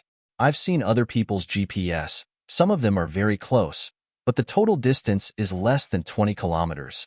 Xinyan smiled bitterly. Her one-way trip was equivalent to someone else's round trip. Lin Yi, naturally, knew that Yutian did it on purpose.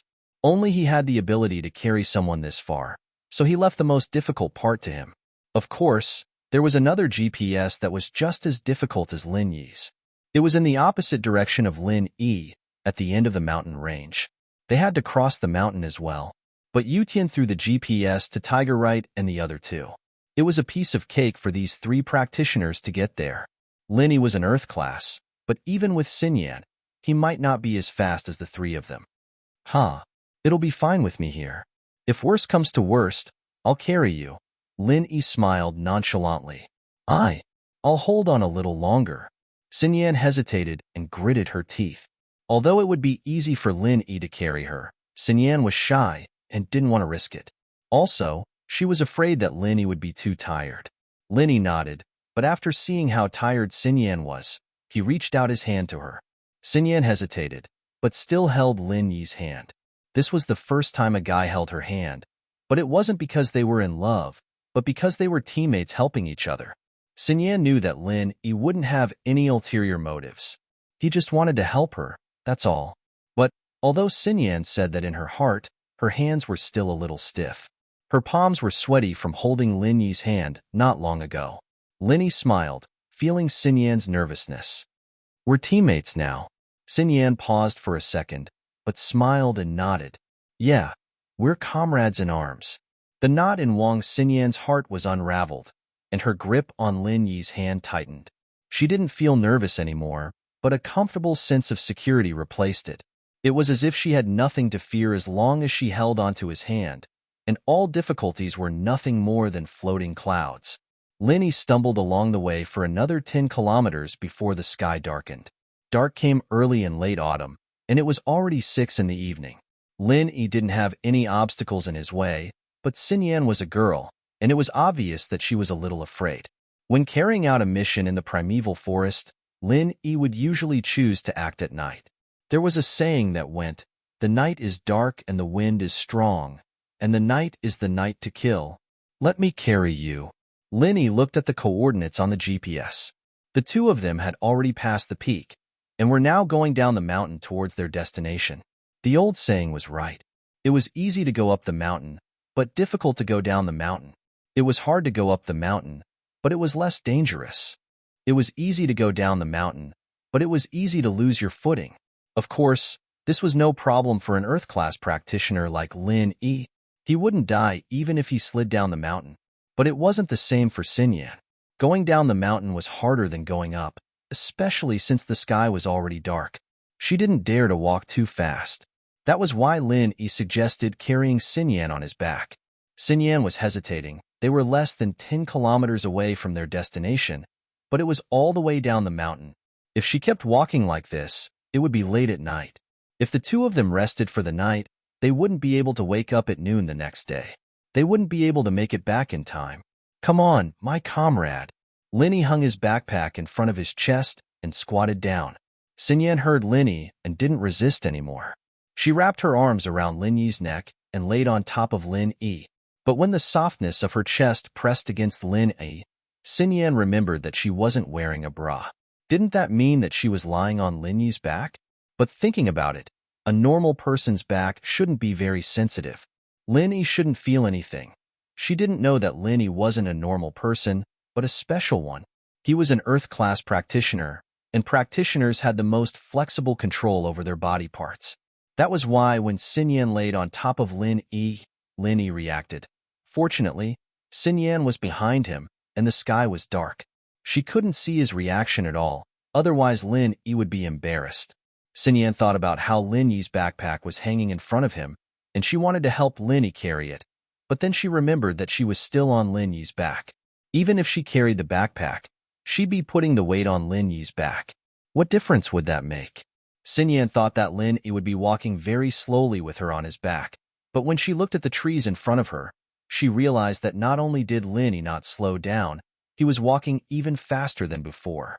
It wouldn't be an exaggeration to say that he was walking like he was flying. What surprised Xin Yan the most was that Lin Yi didn't have the feeling that she had.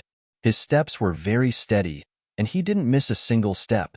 Could it be that Lin Yi had been accommodating her all this time, and that was why he was walking so slowly? Xin Yan felt even more ashamed at the thought. In fact, even if Lin Yi closed his eyes, he could still walk like he was flying, and he could see more clearly than with his eyes open. Although he felt the softness on his back, Lin Yi's attention quickly shifted to other places. What should he do with Miss and Shu? With their personalities, they might not be in a group with others. They weren't practitioners, and they were girls. Would they be in danger if they went up the mountain? However, phones weren't allowed to be used here, and they were locked in a cabinet in the barracks. Even if Lin Yi wanted to contact Miss, it was impossible. He could only ask Chen Yutian to take care of Mississippi. But thinking about it, with Yushu around, Chen Yutian wouldn't give them complicated tasks. Finally, Lin Yi arrived at his destination. It had to be said that Lin Yi had been moving very fast this way. He'd covered 10 kilometers in less than half an hour, and this was under Lin Yi's deliberate control. He didn't want to scare Xin Yan too much. Normally, he'd only run for 10 minutes, but Lin Yi didn't want to scare Xin Yan. Xin Yan was too tired, and she fell asleep on Lin Yi's shoulder. It was a comfortable and safe feeling, as if she had forgotten all her worries when she laid on Lin Yi's broad shoulder. Although it was only half an hour, Xin Yan still slept soundly. Target equals _blank.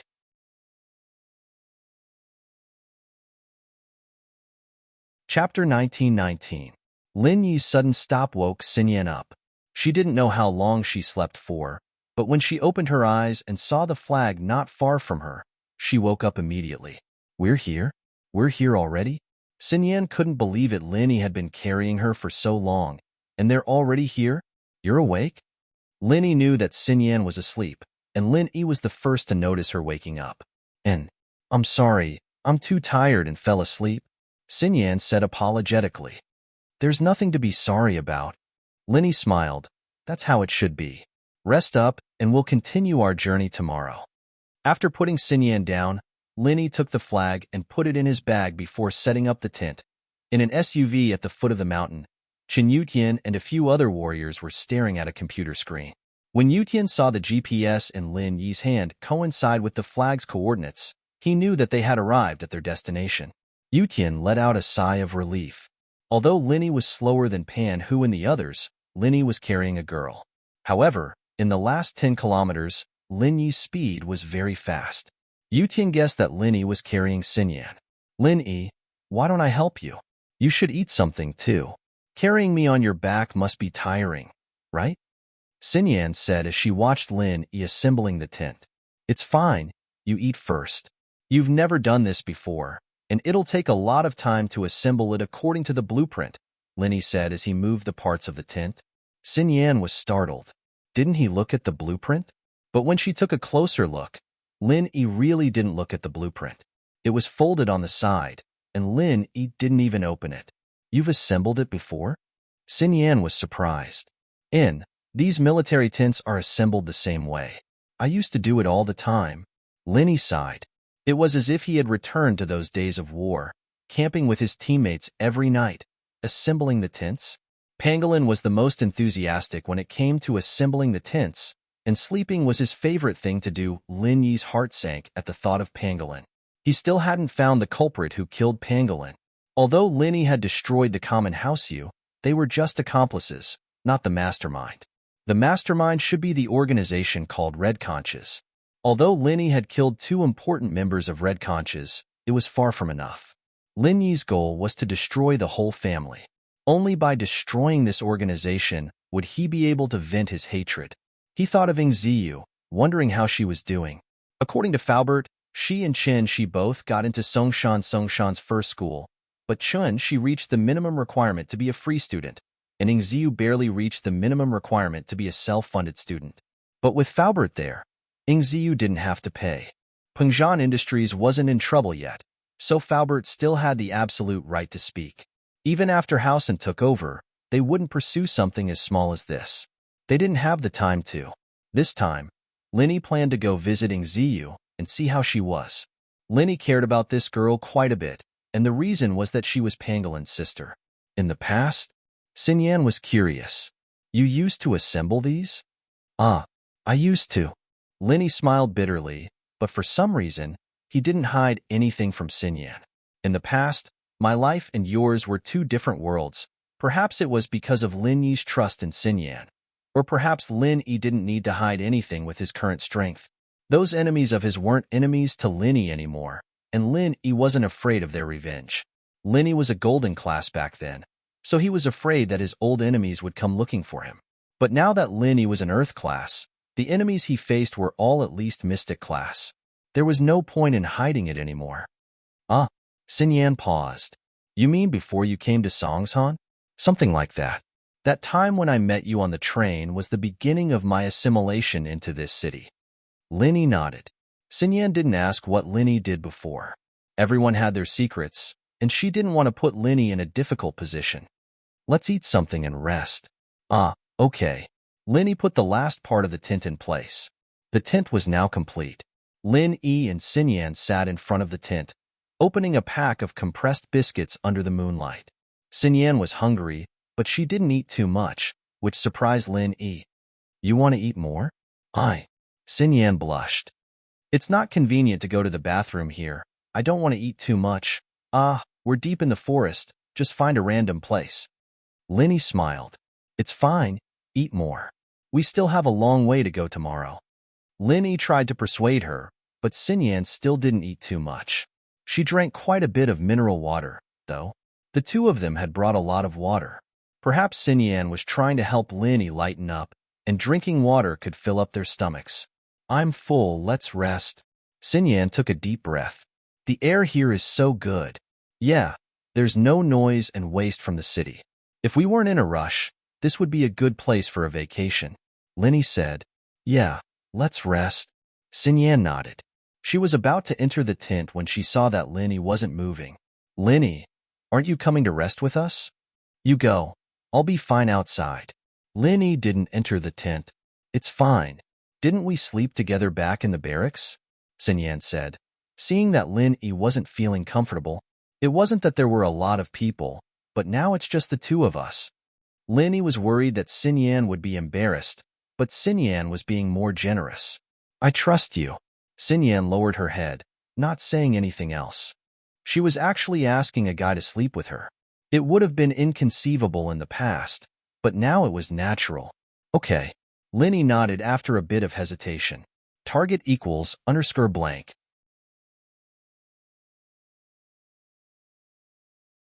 Chapter 1920. Wang Xinyan's scent was beneficial to his training, so Lin Yi didn't want to waste this opportunity. He might not get another chance like this when he got back to school.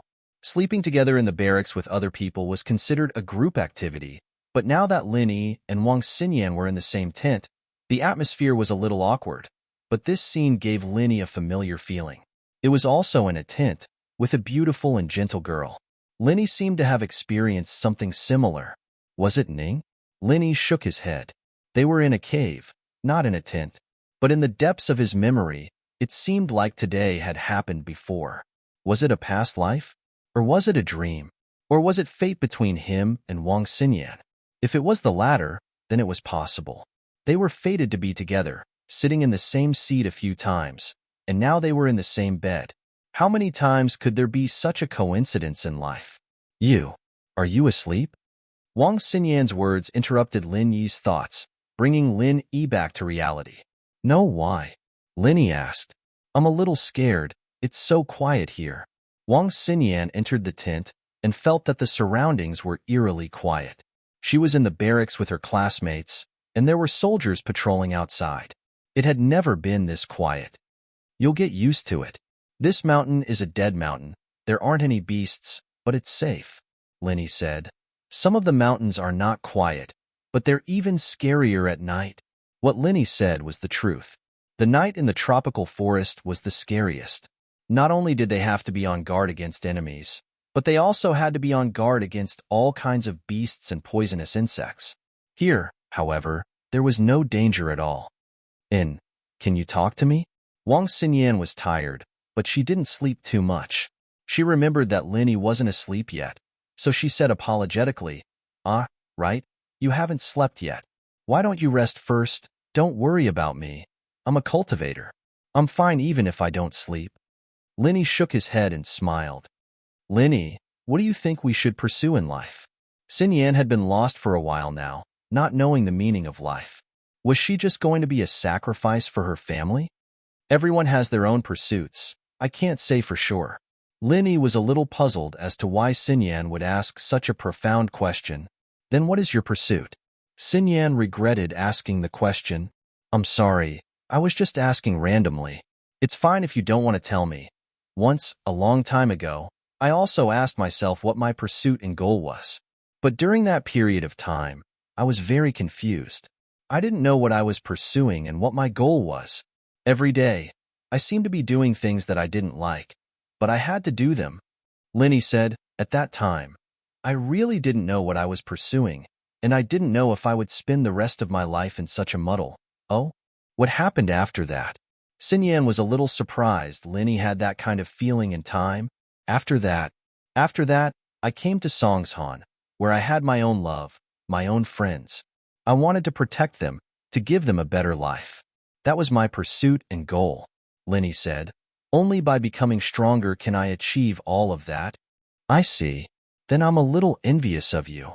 Xinyan smiled bitterly. I've never had many friends since I was young, and I've never fallen for a guy before. I don't know what true love is, and I don't have any close friends either. I'm not your friend? Lin Yi asked with a smile. You. Of course you are. I think I've found it. I've said a lot of things in front of you, things I've never done before. Xinyan smiled. But you don't need me to protect you. You're the one protecting me instead. Friends help each other, of course. There's no rule that says who has to protect who. Lin Yi said. Yeah. But is there really such a thing as pure friendship between a guy and a girl? Xinyan asked all of a sudden. Lin Yi blinked. He was about to say that there was, but wasn't there one between him and her? But he shook his head inwardly. Pure? He'd had thoughts when he saw Xinyan naked, and he'd had a physiological reaction when he felt the softness of her breasts. Was that pure? Lin Yi couldn't help but have a reaction when he smelled the scent on Xinyan's body. It was a good thing that the tent was dark, and even with the moonlight, they could only see each other's faces clearly. Xinyan had a weird expression on her face, as she looked at Lin Yi's stunned face. She turned her body sideways, wanting to chat more comfortably with Lin Yi, but something hard was pressing down on her. You brought him sausages? Xin Yan asked subconsciously. But after she said that, she immediately realized that something was wrong. She also knew what she had grabbed. Her face immediately turned red, and she quickly let go of her hand. She turned around and snorted. Sure enough, pervert. That's a normal reaction. Lin Yi smiled bitterly, a little helpless. We're so close, and you smell so good. Xin Yan's face reddened even more at Lin Yi's mention of her scent. I'm sleepy. I fell asleep. Lin Yi didn't know what to say. He shook his head and calmed himself down before channeling the second stage of the art of dragon mastery. Xin Yan waited for a while and felt a little apologetic when she saw that Lin Yi wasn't talking. She'd been in biology classes before, and she knew that this was a normal reaction from Lin Yi. He didn't do it on purpose, and it would have been a problem if he hadn't. But she didn't want to apologize, and so she fell asleep. Xin Yan woke up in the latter half of the night. She'd drunk too much water earlier, and her body was reacting. She wanted to go to the bathroom, but it was pitch black outside. She hesitated for a moment before reaching out to touch Lin Yi.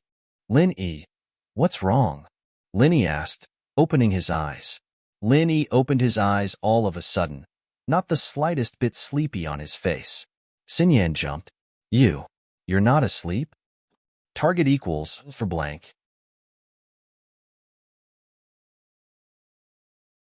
Chapter 1921. Oh, I'm resting. There aren't many people here.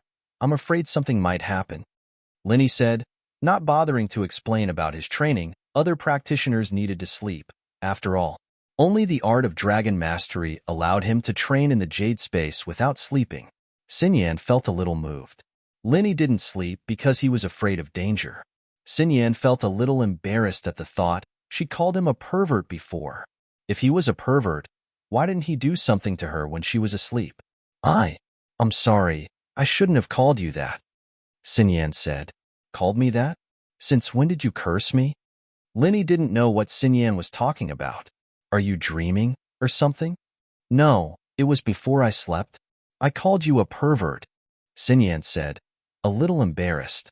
Oh, it's nothing. Lin Yi smiled bitterly. Oh, right. Why did you call me? Xin Yan only remembered her goal after Lin Yi's reminder. I drank too much water, and I wanted to go out, but I'm a little scared. I see. Let's go. I'll stay with you. Lin Yi sat up, but realized that Xin Yan might misunderstand if he said that. I mean, I'll be watching you from afar. I don't mean watching you. I mean guarding you. Lin Yi realized that the more he said, the more ambiguous it got. He might as well not say it. Okay. Xin Yan understood what Lin Yi meant. She walked out of the tent first, blushing a little. Xin Yan looked left and right. She and Lin Yi had chosen a flat, empty space. It was precisely because of this that Lin Yi chose this place. There really wasn't anything to hide in if they wanted to go to the bathroom. Xin Yan had no choice but to run towards the forest. She ran for a few hundred meters before disappearing into a thicket. Lin Yi followed slowly, but didn't get too close. He only needed to sense where Xin Yan was. Lin Yi didn't use his consciousness to sense where Xin Yan was, either. He'd be able to see her clearly that way. Xin Yan was in a hurry, but Lin Yi wasn't far from her. Wouldn't he be able to hear her if she were to make a sound that could be heard in the silence of the night? Xin Yan couldn't pee at the thought of that embarrassing shushing sound. Lin Yi waited for a long time, but didn't hear any movement from Xin Yan. It was a little strange, but he didn't want her to feel awkward, so he didn't ask or walk over. Instead, he entered the jade space and used his consciousness to sense what was going on in the distance. He saw Xin Yan squatting there with a blushing face. Lin Yi quickly looked away, and just as Lin Yi was about to retract his gaze, he saw two people about 20 meters in front of Xin Yan. Two people in camouflage clothes. They didn't stand out in the dark of the forest, but Lin Yi could see them clearly with his consciousness. One of them was a Chinese, and the other was a foreigner with blonde hair. What were they doing here in the middle of the night? Thinking of this, Lin Yi didn't retract his divine sense, but locked onto these two people. Audie, I've brought the goods. Do you have the money ready? It was the Chinese who spoke. The two seemed to have just met. Baldy, why are you here? Wasn't it Brother Da who delivered the goods before? Audie recognized the man, but it wasn't the person he knew before. It was one of the people he knew, so he asked cautiously. Brother Da has been sent to the Fire Wolf Gang for a new mission. I'll be taking over here. The man called Baldy said proudly. From now on, I'll be in charge of the border drug trade. Oh, then I'll call you Baldy Bro from now on. Congratulations. The foreigner spoke fluent Chinese. Ha ha ha, you flatter me. Bald Wolf laughed. He was obviously happy about his promotion. Oh. Xin Yan was nervous to begin with, and the sudden burst of laughter made her scream out of reflex. Baldy's voice was very soft, and Lin Yi could only tell what they were saying through his lips. The laughter, however, was a little too loud in this quiet mountain. Xin Yan didn't think that there would be other people around, and the voice clearly wasn't Lin Yi's. It was hoarse and unpleasant, and it was a man's voice. Xin Yan screamed subconsciously, but someone covered her mouth before she could finish. Xin Yan was even more shocked. She just heard the laughter, and now she was being kidnapped? But Lin Yi's voice rang in her ears. Don't worry, it's me. Xin Yan relaxed when she heard it was Lin Yi, but now that she relaxed, all the pee she'd been holding in came out. Lin Yi was kneeling in front of her, covering her mouth, and her pee was all over Lin Yi's pants. Xin Yan was embarrassed, but she couldn't control herself. She wanted to dig a hole in the ground and hide in it. How embarrassing was this? She'd let Lin Yi see her upper body, and now he'd seen her lower body, and now she'd peed all over him? But, although Lin Yi saw Xin Yan pee all over himself, it was a rather romantic scene. But Lin Yi wasn't in the mood to peek. His attention was on the two people not far away. Lin Yi wasn't a nosy person, and what these two were doing here had nothing to do with him. But when Autiti mentioned Debro, it caught Lin Yi's attention. Wasn't Jiangwen's brother in Jianda called Debro? Just when Lin Yi wanted to confirm if this Debro was in Jianda, the bald wolf's words confirmed Lin Yi's suspicions. Since the wolf mentioned the fire wolves, then Debro had to be in Jianda. Since it was related to the fire wolves and in Jianda, Lin Yi didn't mind creating some accidents for these two. They were people and gangs that had deep grudges against him. Xin Yan's scream caught Autiti's attention as well, but it was dark on the mountain, and he couldn't see far. Xin Yan was squatting on the ground, and there were bushes in front of her. They couldn't see each other at all. What's that sound? Autiti asked. Is it the border patrol? Target equals _blank.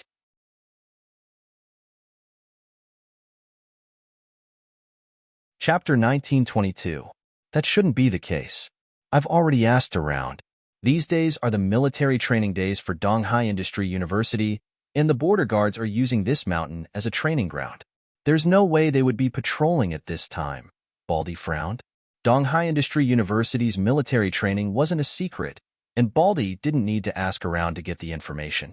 It was absolutely true. Then could it be that there are students training nearby? Audie asked. That's impossible. We, the Red Conches, have been doing this for years, and we know the range of the training every year. This place is too far, and it's impossible for the students to come and go in 2 days. Those students aren't us, so how could they walk this far? Baldy shook his head. Maybe we heard wrongly. There's an owl nearby, and it sounded similar to the sound just now. If the border guards were here, then it would be a gunshot. You and I wouldn't be able to stand here and talk. You're right. Audie nodded after not hearing any strange noises for a long time. But at that moment, the sound came again. Goo. The sound came from Lin Yi's mouth, mimicking the sound of an owl. Fuck, it really is an owl. That scared me to death. Audie heard it clearly this time and shook his head. No matter what, let's hurry up and trade. The goods are here. Check them. Baldy placed a black suitcase in front of Audie. Here, this is the money. Check it too. Audie handed a suitcase to Baldy. The two were old partners, and they didn't need to be too cautious. They checked the contents of the suitcase and closed it after finding nothing wrong. Lin Yi saw the contents of the suitcase clearly. One was filled with drugs, and the other was filled with US dollars. Lin Yi wasn't interested in the drugs, but he was interested in the US dollars. Although he had extorted $2 billion from Jiangwen, Lin Yi didn't have much to spend since Fatty Lai had to build his company. This suitcase of US dollars could help alleviate some of the financial pressure on Lin Yi. Most importantly, Lin Yi suddenly thought of Xiaoka from the orphanage. She probably needed money, right? With that in mind, Lin Yi decided that he was going to take advantage of the situation. He whispered into Xin Yan's ear, "There's two bad guys. Stay here and don't move. I'll take care of them." Xin Yan wasn't scared anymore. All that was left was shyness. She nodded.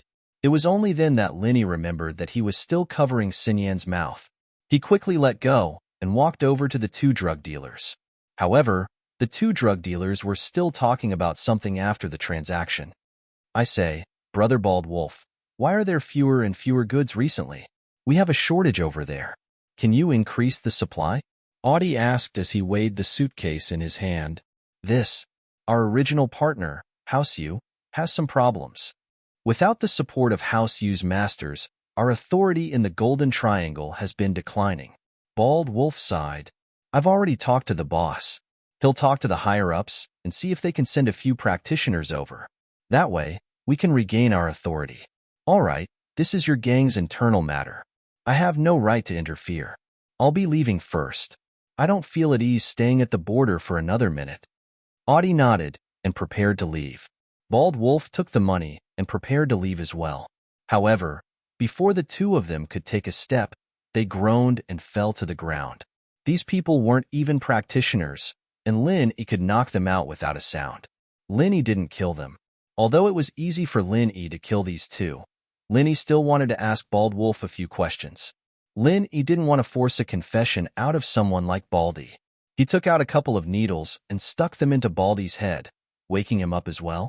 His eyes were a little glazed over. "I'll ask you a few questions. Answer them one by one. Don't hide anything," Lin Yi said sternly. "Yes."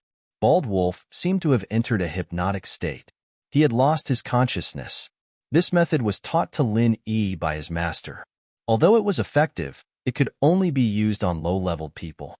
After all, a practitioner's will was extremely strong. Even golden-class practitioners had strong spiritual power. Lin Yi couldn't hypnotize them with this method. However, this method was the fastest and most effective way to deal with such a small fry.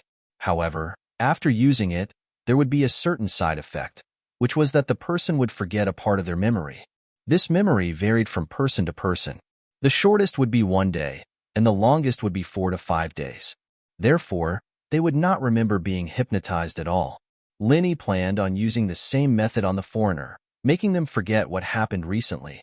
That way, he'd be able to take the box of dollars without anyone noticing. As for these two, Lin Yi planned on handing them over to Qin Yutian for him, Yang Huijuan, and Lingshan to work together. After all, capturing so many drugs was a huge achievement. Lin Yi didn't mind letting these two use their full potential. It'd be a waste to just kill them. "What's your name? What do you do? What organization do you belong to?" Lin Yi asked. "I'm Tu Lang, Bald Wolf in the underworld. I'm in charge of the drug trade for Red Conches." Bald Wolf said, "Where's the headquarters of Red Conches? How many people are there? Who's the boss? What's his relationship with the Fire Wolves?" Lin Yi asked. "The headquarters of Red Conches is overseas. I don't know where it is. The one in China is just a branch," Bald Wolf said. Bald Wolf said, "The Red Conch branch is in Qingrun City. The first master is dead, and the second master has been arrested. Currently, the third master is in charge. I don't know the third master's name because everyone calls him Third Master. Our Red Conches and the Fire Wolves are brother gangs. We help each other, but I don't know the details." Lin Yi was surprised by Bald Wolf's words. He didn't expect Red Conch's headquarters to be overseas. He didn't even know where it was. The one in China was just a branch.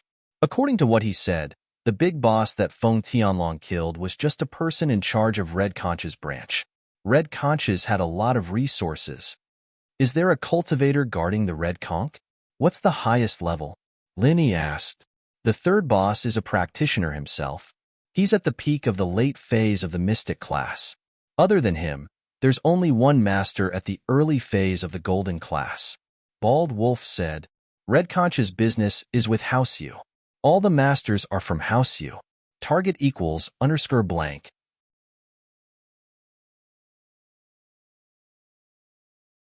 Chapter 1923. Linny nodded. It seemed like this red conches wasn't that strong. The strongest was only a mystic class. Of course, this was only the strength of the branch. No one knew how strong the headquarters was. But Linny didn't suspect that he was lying. Putting aside the fact that he couldn't lie in this situation, just from what he said to Atiti, it was obvious that Houseu was destroyed, and Red Conch's drug business was affected as well. Their power in the Golden Triangle was reduced.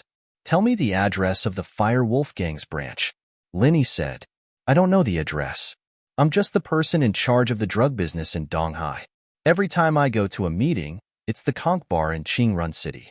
That's a small base for the Red Conches, Baldy said. Conch Bar. Linny was surprised. These Red Conches were quite daring. They made a bar and called it Conch Bar. Weren't they afraid of being exposed? But Linny thought that no one would connect this Conch Bar with the Red Conches. As the saying goes, the most dangerous place is the safest place. This was probably the case. Who else is in charge of the drug business? Linny continued. It used to be Brother Da.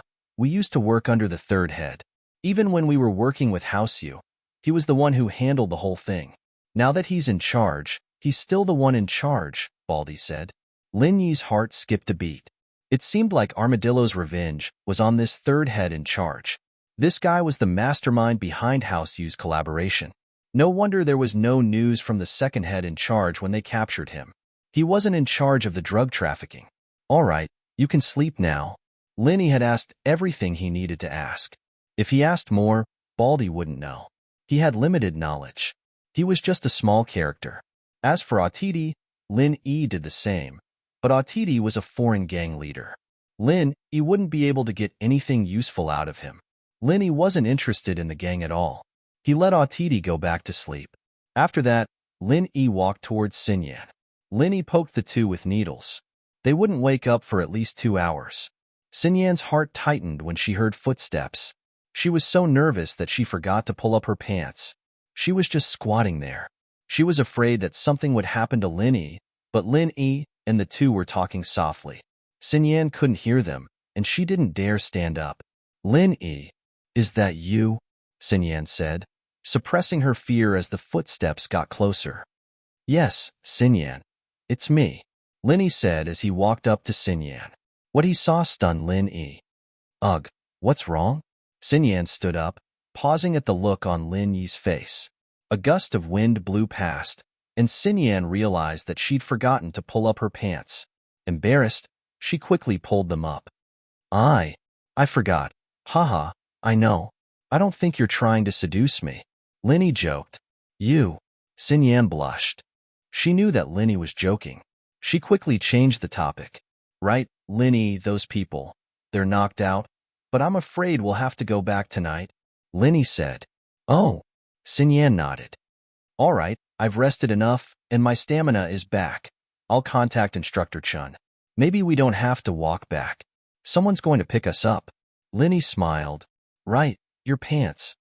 Xinyan said apologetically when she saw the wet patch on Lin Yi's pants. She'd puked on Lin Yi's pants, and now she'd peed on Lin Yi's pants. Did Lin Yi think she was a meddlesome girl? Oh, it's fine. There's no smell. I'll be fine after I dry it. Lin Yi didn't mind. Xinyan was embarrassed and didn't say anything else. At the foot of the mountain, in the SUV, a soldier in charge of monitoring the coordinates saw the blinking on the screen. He immediately reported to Chen Yutian, who was taking a nap. Captain Chun, we have a situation. Oh? Chen Yutian woke up immediately. He looked at the screen, but the blinking coordinates stunned him. It was Lin Yi and Wang Xinyan's coordinates? Chen Yutian thought that any of the students who participated in the field training could be in trouble. Only Lin Yi wouldn't be in trouble. Lin Yi was an Earth class. It would be unbelievable if a jungle like this could stop Lin Yi, but it just had to be Lin Yi's coordinates. If something happened to Lin Yi, it would be a huge problem. Chen Yutian didn't dare to underestimate it. He quickly ordered, "Get the rescue helicopter ready. I'll go check it out myself." Yes. A soldier on standby received the order and went to get the helicopter ready. Chen Yutian quickly got out of the SUV and walked towards the helicopter. However, Chen Yutian refused everyone else to get on the helicopter.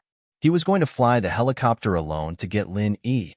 If Linny was in danger, ordinary people wouldn't be able to help. Chen Yutian was the strongest here, and it was the safest for him to go alone. Although it was useless for him to go if it was something even Lin Yi couldn't handle, since Linny sent out the signal, it meant that Linny should be fine. To keep it a secret, Chen Yutian decided to go alone. The speed of the helicopter was much faster than walking. Soon, Chen Yutian got close to the coordinates. He saw Lin Yi's tent. There was an empty space near the tent, and Chen Yutian landed the helicopter without hesitation. However, what surprised Chen Yutian was that Lin Yi and Wang Xinyan were perfectly fine after he got off the helicopter. They were waiting for him at the tent and under Lin Yi's feet. There were two strangers lying on the ground. He didn't know if they were dead or alive. Boss. Chen Yutian called Lin Yi boss when there were no outsiders around. Wang Xinyan looked at Chen Yutian in surprise, and then looked at Lin Yi. Instructor Chen called Lin Yi boss? What was going on? Although she was confused, she didn't ask. Yutian, there are two drug dealers here. They were trading, and I caught them. Lin Yi pointed at the two people on the ground. Chapter 1936, Back to School. What? Drug dealers? Chen Yutian's eyes widened in shock. He quickly ran over. Boss, what's going on? Why are there drug dealers here? It's like this, Lin Yi said, and told Chen Yutian about the drug dealers. Of course, he left out the part about Wang Xinyan going to the washroom. I used silver needles to deal with these two people, and I asked around about the people behind them. They are from the Red Conch organization, but they will have temporary amnesia. Perhaps they won't remember the trade. Chen Yutian nodded. He knew about Lin Yi's methods, and he knew why Lin Yi wanted to know about the Red Conch organization. He didn't ask much. Temporary amnesia didn't matter as long as these two were drug dealers. The details of the trade weren't important. This is the box of drugs, right? Chen Yutian looked at the suitcase on the ground and asked, Yes, you can bring him back, but he'll be working on this case with Huaijuan and Lingshan. They've just come to Donghai and solved this case. They're pretty stable now, Lin Yi said to Yutian. No problem. Chen Yutian nodded. He didn't even ask if there was cash. From Yutian's point of view, the drug dealers would transfer money over the phone. Even if there was cash, he wouldn't ask if it was taken away by Lin Yi. Boss, why don't you and Sis-in-law Xinyan take the helicopter back? Your mission is considered complete, and you caught two drug dealers. If it wasn't for you not wanting to be famous, you could get a lot of points for this contribution. So you guys are the first to complete the mission. Okay. I want to go back too. Lin Yi nodded. Xinyan found it very weird that Instructor Chen was calling her sis-in-law, but she didn't go out of her way to correct him. Her relationship with Lin Yi was getting more and more beyond friendship. Lin Yi packed up quickly, and Chen Yutian came over to help him take down the tent. The two drug dealers were thrown into the car, and the helicopter started flying down the mountain. No one objected to the fact that Lin Yi and Xinyan took the first place. They all knew that Lin Yi's contribution alone was worth more than the first place's points. But Lin Yi kept a low profile and didn't want to announce it. Chen Yutian called Huaijuan and told him to bring the two drug dealers back. Usually, the border guards would hand the drug dealers over to the local police for trial. Huaijuan was speechless when he heard that Lin Yi caught two drug dealers on the way up the mountain, but he was grateful that Lin Yi wanted him and Lingshan to do something. He drove over the night and brought the two drug dealers away. As for the aftermath, Lin Yi and Yutian didn't have to worry about it. Huaijuan felt weird when he brought the drug dealers away. Lin Yi was too amazing.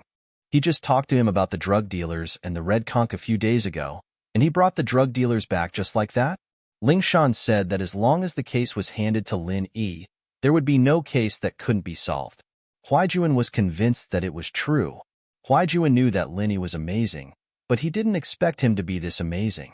Finding an enemy in the forest and finding a criminal in the city were two different things, and the methods of investigation were different as well. But for Lin Yi, it was the same. It was still early, and Yutian called for an off-road vehicle for Lin Yi and Xinyan to get in and rest.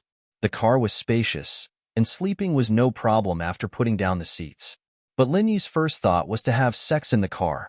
Xinyan thought of it as well, but she didn't say anything. She knew her relationship with Lin Yi very well, and although they did flirt a lot, they were actually innocent because of the drug dealers on the mountain. The following faculties canceled the field training and moved on to the next step, the military boxing competition. After the military training, everyone returned to school, and the freshman party was about to begin. The freshmen's first semester wasn't very stressful. There were no specialized classes, and most of the time was filled with activities. Military training, freshman party, student council election, extracurricular club registration, sports day, art festival, and so on. The freshman party of the medicine faculty was a big problem every year. The programs at the gala were generally produced by majors, not by classes. Therefore, a major usually had at least 5 classes. At the very least, they could come up with a program. However, the pharmaceutical department only had 1 class, and the number of people in that class was very small. If they had to come up with a program, this problem would fall on the shoulders of every class monitor. Bai Weitua even made a bet with Zhang Duopan. Whoever got the highest score in the freshman party would be able to pursue He Meiwei, and whoever got the lowest score would be automatically eliminated. Big Brother Lin, Xiaodao, Shengji, can you help me think of a way? As soon as the military training ended and they returned to the dormitory, Bai Weitua was anxious. He hadn't thought about it before, but when it really came, he realized how difficult it was to organize a program. You sing well. Go and sing a solo. Song Xiaodao said helplessly, we don't have artistic cells. Asking us to help you think of a way is equivalent to harming you. Solo. Bai Weitua shook his head. Although his singing was very good, it wasn't particularly outstanding. If it was in a party with fewer people, such as a junior high school art festival, it was still possible to get a place. But on a university campus where there were many talented people, a solo had no special characteristics, and it was very difficult to get a place. Moreover, Bai Weitua also knew that in the school, in the past freshman parties, it was usually a group program that won a place, not an individual program. As a freshman, being able to unite the group was a real ability, and individual ability was nothing. Then let's sing a duet. If you can sing, then sing. If you can't sing, then just harmonize or lip sync. Anyone can do it, Lin Yi said.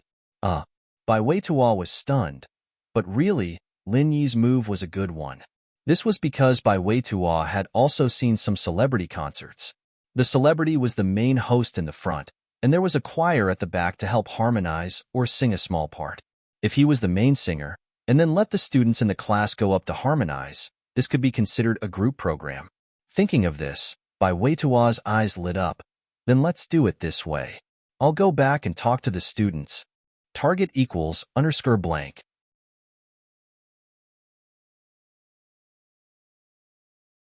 Chapter 1924. Yeah, go get ready. I'll be heading out for a bit. Linny received a text from the miss, saying that Faubert was coming over. All right, Lin bro, go do what you need to do, Bai Weitua said as he prepared to contact his classmates. As Bai Weitua spoke, he was ready to contact his classmates. Everyone was in the same dormitory building, and it was also on the same floor. It was very convenient to contact them. Linny left the dorm and went to the car park. The miss and Shu weren't there yet, but he was surprised to see Xinyan there. Xinyan had changed back into her old clothes, and Linny was still in his camouflage uniform. Xinyan was a little surprised, but then she remembered that she had spit on Lin Yi's pants. People might misunderstand if word got out, but wasn't there still her pee on his clothes? Xinyan's face reddened at the thought. Xinyan, what's wrong? Linny was a little puzzled. Why was this girl blushing when she saw him? She wasn't this shy even when they were sleeping in the same bed. And nothing. I need to go out and buy some stuff. Xinyan didn't hide anything in front of Lin Yi. She took out a car key and walked up to one of the cars. It was the same one she'd driven on the business street. Linny had seen it before. Book Ocean Pavilion, net. Buy stuff? Lin Yi blinked. Was she going to buy stuff for the ladies? Why else would she blush? But Linny didn't ask. Are you going to the supermarket? Supermarket? Xinyan shook her head. No, I need to go to the hospital. I'm cold all over. I think I'm going to catch a cold. Xinyan didn't wear much during the military training, but she managed to persevere. She didn't expect to catch a cold when she got back to school. She wanted to go to the hospital as soon as possible. She didn't want to get sick right after school started. Cold, Linny said. Then you don't have to go. I'll help you take a look. Linny was a doctor. After all, treating minor illnesses like this was a piece of cake for him. Wang Xinyan was his friend, so he didn't mind helping her out. As for the others, Lin Yi wouldn't be so kind. Yes, you're a doctor. Xinyan suddenly remembered that Lin Yi was a doctor. Back in the business district, Lin Yi had quickly healed that fainted old man and helped her out. Moreover, when he was on the way to the military training, he got carsick and vomited, but Lin Yi quickly cured him. Go to your car. Lin Yi knew that the miss and Shu would be here soon, and it wouldn't be good if Xinyan got in the car. It would be better for him to get treated in Xinyan's car. Book C Pavilion, net. Okay. Xinyan nodded without hesitation. The two got into Xinyan's car, but this scene was witnessed by the miss and Shu, who were walking over from not too far away. Yao, the school forum said that Wang Xinyan and Shield Bro had sex on the roof. It's so cool, but shouldn't we do some damage? Yushu said. Meng Yao, on the other hand, had a dark expression on her face. The school's BBS seemed to be telling the truth, and not only that, it said that Lin Yi and Wang Xinyan had sex in the gutter behind the barracks, and that Lin Yi had put his hand under Xinyan's shirt on the way to military training, and that Xinyan had even helped him do it with her mouth. But these were all hearsay, and there was no proof. Meng Yao would rather believe these rumors because she didn't think that Lin Yi was such a perverted person. She and Shu had lived with him for so long, and Lin Yi hadn't done anything out of line. Even when they were naked, he didn't lose his mind. When he was with Tang Yun and Xiao Xiao, the most intimate thing he did was holding hands. He just met Wang Xinyan not long ago. How could he be this close? Shu, what sex? How is that possible? If he wanted to have sex, he would have done it a long time ago. Why would he wait until now? I think it's most likely Xinyan's pursuers who saw how close Lin Yi and Xinyan got, and started slandering them. Meng Yao said, even if that's not the case, Xinyan's still one of the prettiest girls in the first year. It's normal for there to be rumors about her. It's not impossible for people to start rumors like that. Didn't that littlekin say the same thing about you and her? Didn't you get an abortion? Oh, you're right. Yushu nodded. She was about to say something when she raised her head to see Lin Yi and Wang Xinyan getting into a sports car. She exclaimed, Yao, isn't that Shield Bro? Meng Yao's face turned green. She was just defending Lin Yi, and Lin Yi got into someone else's car. How could she accept this?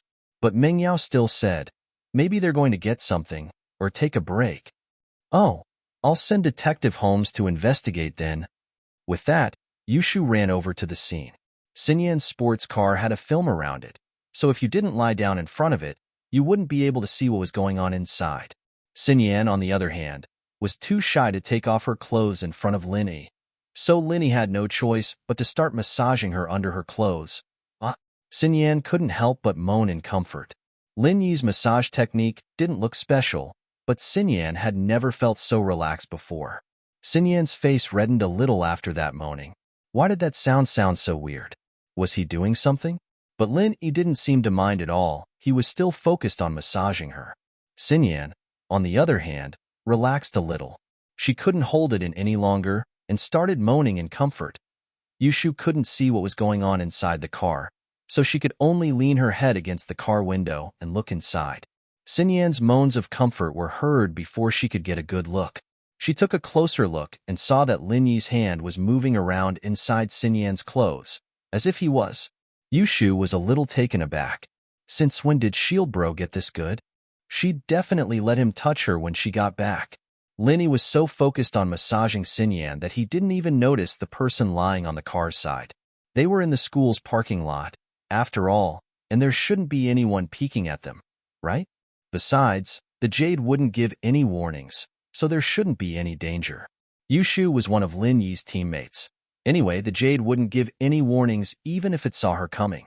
Yushu remembered her mission after a while and quickly ran back to report to Meng Yao. Target equals _blanked.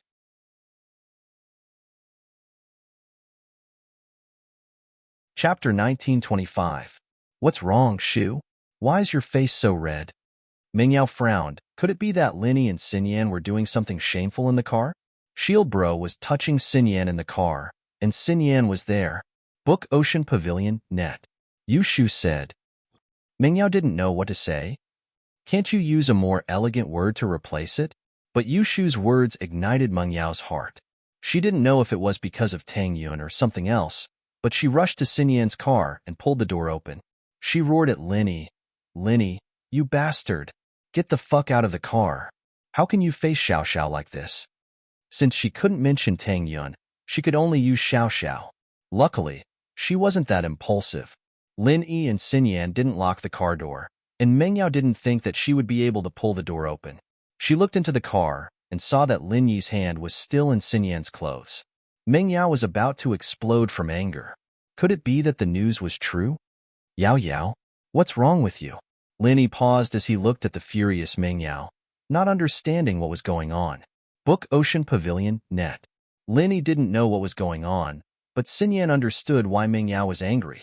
She must have misunderstood that Lin Yi and her were doing something shameful here. She blushed and lowered her head, not daring to look at Meng Yao and the others. Shield bro, you touched Xinyan in the car. Yao Yao's jealous. Yushu said. Bullshit. Meng Yao glared at Yushu. I'm just feeling sorry for Xiao Xiao. She's training, and you're here hitting on girls. Lin Yi finally understood why Meng Yao was so angry. She'd misunderstood him and Xinyan. Xinyan caught a cold. I'll give her a massage so she doesn't need to go to the hospital for an injection, Lin Yi said, because there are many people outside. I chose to do it in the car. Lin Yi explained. Of course, this was only for Meng Yao. If it were someone else, Lin Yi wouldn't even bother explaining. Meng Yao knew that Lin Yi wasn't someone who liked to lie. If he said that, then it had to be true. He'd admitted it when he brought Tang Yun and Xiao Xiao back, and it didn't matter if Meng Yao wanted it or not. Lin Yi had done it, and he wouldn't hide anything. So, Lin Yi and Xinyan were probably misunderstood by her. With that thought, Meng Yao calmed down and looked at Xinyan. She realized that although Lin Yi's hand was inside Xinyan's shirt, it was on her back. Xinyan's bra was still on her body, and there were no signs of her pants being taken off or undone. It seemed like Lin Yi was really treating Xinyan. I'm sorry. I misunderstood you guys. I was just worried about Xiao Xiao. I'm sorry. Book Ocean Pavilion Meng Yao was a little awkward. It'd be fine if it was just Lin Yi, but the problem was that she'd misunderstood Xinyan as well. The two of them weren't familiar with each other, and it wasn't right for them to make such a big mistake. Wang Xinyan didn't think that Meng Yao would apologize immediately after realizing her wrongdoing. This was out of her expectations. Although there was nothing going on between her and Lin Yi, letting a boy massage her body was a very ambiguous thing to do. She felt a little guilty. Xinyan would have never imagined letting a boy touch her body before, but it was so natural now that she was with Lin Yi. She felt like she was having an affair, as if she was a girl who didn't have any self-respect, and letting a boy touch her like that. Not only did she not feel conflicted, but it actually felt good. Xinyan knew that it was because of Lin Yi's skill in massaging, but it also proved that she didn't mind Lin Yi doing it. Even if Meng Yao were to scold her, Xinyan wouldn't say a word. It's nothing. I know Xiao Xiao too. I'm just good friends with Lin Yi. Xinyan explained subconsciously. If that's the case, you guys can continue. Although Meng Yao felt that Lin Yi touching Xinyan's body was inappropriate, she didn't stop him when she thought that Lin Yi was treating a patient. After all, when she was poisoned, she took off her clothes and let Lin Yi treat her. And what was even more embarrassing was that she peed on Lin Yi's face. She and Lin Yi were even worse. But weren't she and Lin Yi friends? What Meng Yao didn't know was that Xinyan had already let Lin Yi see her naked, and that she peed on Lin Yi as well. Who knew what she would think if she knew? Oh, Shield bro, I've got a cold too. You should touch Shu later. Give her a massage. Yushu was curious why Xinyan felt so good just now, even moaning happily. She wanted to give it a try. Shu. Meng Yao grabbed Shu's ear and pulled her to the side, closing the car door for Lin Yi and Xinyan. Xinyan was a little speechless at Yushu. Wasn't this girl a little too open? How could he say such a thing in public? But she was a girl who dared to love and hate, stronger than she was. Xinyan couldn't help but smile bitterly at the thought of her own life and her engagement. With Meng Yao and Yushu outside, Xinyan didn't dare to moan anymore. She bit her lips and endured the pleasure, continuing to enjoy Lin Yi's massage. She didn't know why, but Xinyan felt a little excited. Was it because Meng Yao and Yushu were standing outside the car? Xinyan's mind wandered, and she couldn't keep her mouth shut. She didn't want to hold it in anymore, though. Once was the same thing, Twice wasn't much. She'd get used to it after the third time. Because they were close, Xin Yan's moans traveled into Ming Yao and Yushu's ears. Yao Yao, listen, that Fox Wang seems to be having a good time. Yushu said, don't give people random nicknames. Ming Yao frowned. She knew that Xin Yan was moaning because of Lin Yi's massage, but was it really that good? Oh, Yushu said, but I think she's interested in Shield Bro. Xiao Xiao already told him to find a big wife, so why should we care? Ming Yao shook her head, remembering Xiao Xiao's words. Oh, even if he wants to find a big wife, we need to keep an eye on him. Even if Fox Wang wants to be Shield Bro's big wife, she'd have to please us first. We need to keep an eye on Xiao Xiao, Yushu said. Target equals _blank.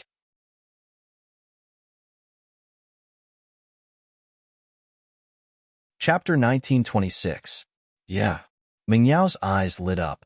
Xiao Xiao telling Lin Yi to find a main wife wasn't wrong, but she and Shu had to help her check as well. Even without Xiao Xiao, they still had to complete Tang Yun's request. Inside the car, Xin Yan felt more and more comfortable. It was as if she was going to fly into the sky, and she was sweating as well. She had to admit that treating a cold like this was a pleasure, 1,000 times better than getting in 4 drip. I'm done. Linny finished the massage. Linny had wanted to use the needles, but Linny threw them into his backpack after dealing with the 2 drug dealers. His backpack was in the dorm now, and Linny didn't bother going back to get it. For a cold like this, there was no difference between massage and needles. It's done?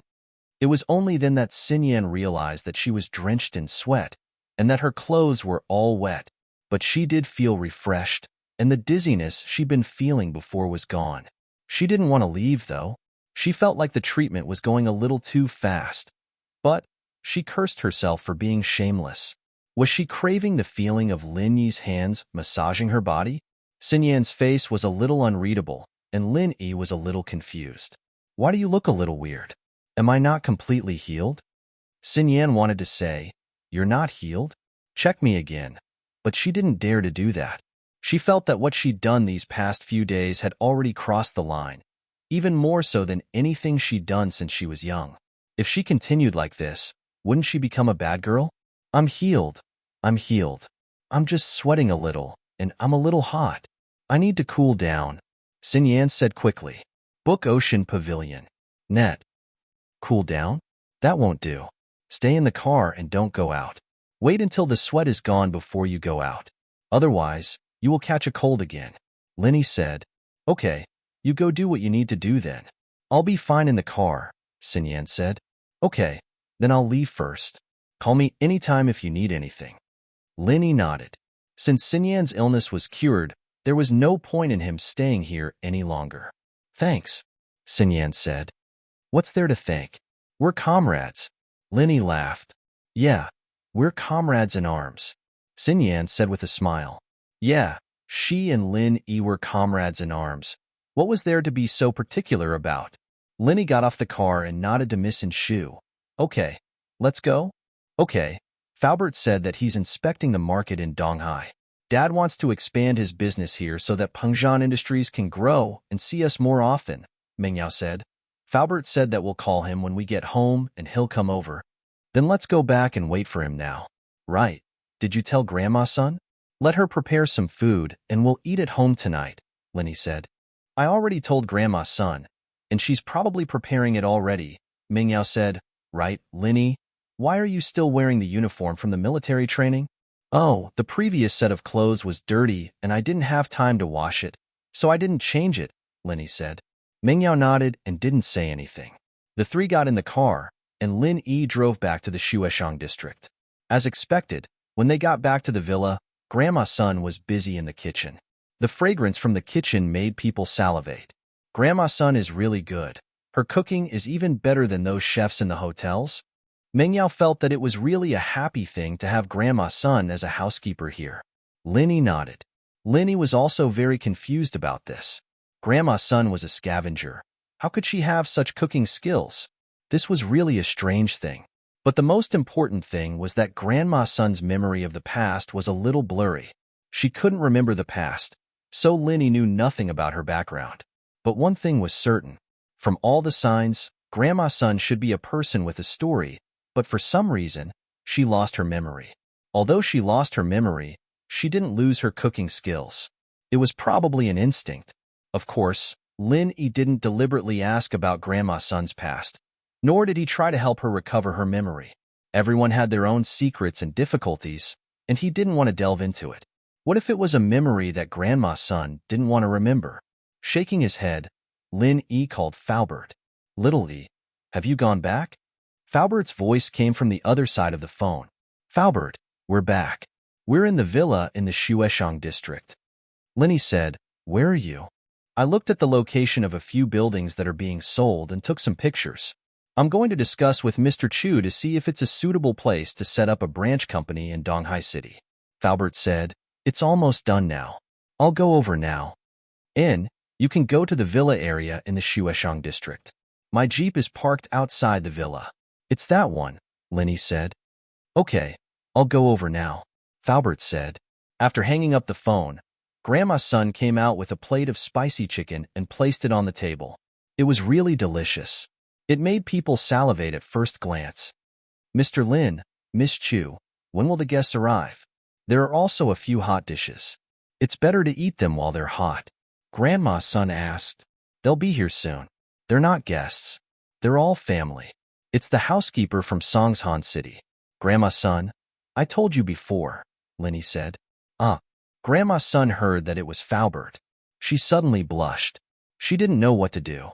Just like that? From her point of view, Lin Yi just said it casually last time. She would forget about it after a few days. She didn't expect Lin Yi to bring it up again. Grandma's son didn't know what to do. She wasn't ready yet. Hee, it's just a meeting. There's no other meaning. Get to know each other first. You're both housekeepers. You need to get to know each other. Lin Yi said. "Yeah, Grandma's Sunday Faubert is actually a very good person," Meng Yao also added. In fact, if Faubert and Grandma's son could be together, it would be a good thing. Not only would Faubert not be lonely, but Grandma's son would also have a companion. Plus, they were all family. There wouldn't be any problems. Target equals _blank.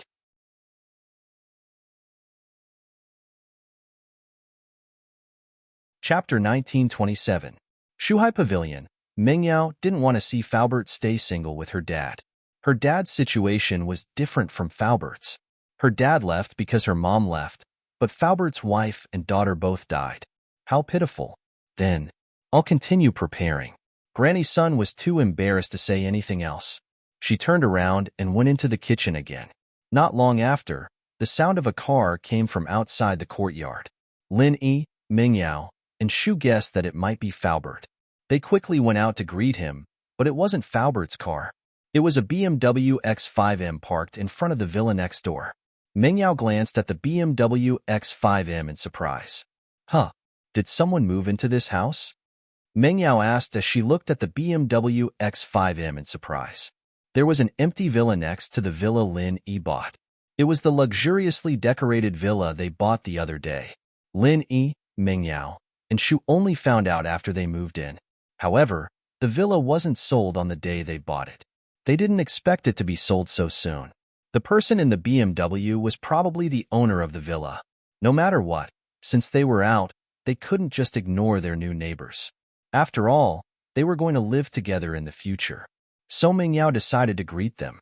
It was a matter of politeness. As for whether they could get along in the future, that was a matter of the future. After the BMW X5M turned off, a beautiful girl and a shy boy got out of the car. Lin Yi frowned slightly. These two people were the brother and sister he met at the real estate agency that day. They wanted to rent a house. However, they actually rented a villa. But Lin Yi immediately rejected this idea. How could such a luxuriously decorated villa be rented out casually? After all, decorations would wear out with use. If this house was rented out for a few years, the cost of the decorations would be greatly reduced. The rent wouldn't even cover the cost of the decorations. So the only possibility was that this villa was for sale. These two siblings actually bought a villa. The difference between before and after was a bit too big, especially when the beautiful girl's eyes flashed when she was at the real estate agency. It was still fresh in Lin Yi's mind. Lin Yi didn't know this pair of siblings back then, so he didn't pay too much attention to the beautiful girl's eyes. But now that they were here and became his neighbors, Lenny frowned again. Was it a coincidence, or did they have other intentions? But Lenny was sure that he had never seen this pair of sisters before. If it was a coincidence, this pair of siblings was already at the real estate agency when he went to the real estate agency. Moreover, Lin Yi chose this real estate agency on the spur of the moment. There were many real estate agencies nearby, not just this one. So it was too far-fetched to say that this pair of siblings was waiting for him there. But if it wasn't a coincidence, what did they mean by buying a villa next to his house? Especially when the beautiful girl glanced at him back then, Lenny felt that something was wrong. Of course, maybe that glance was because he brought two beautiful girls into the real estate agency and they wanted to buy a villa. Or maybe it was because they saw that he bought a villa, so they also bought a villa. They were a pair of rich siblings. In order to keep a low profile, they chose to rent a house. But when they saw their classmate buying a villa, they didn't care anymore.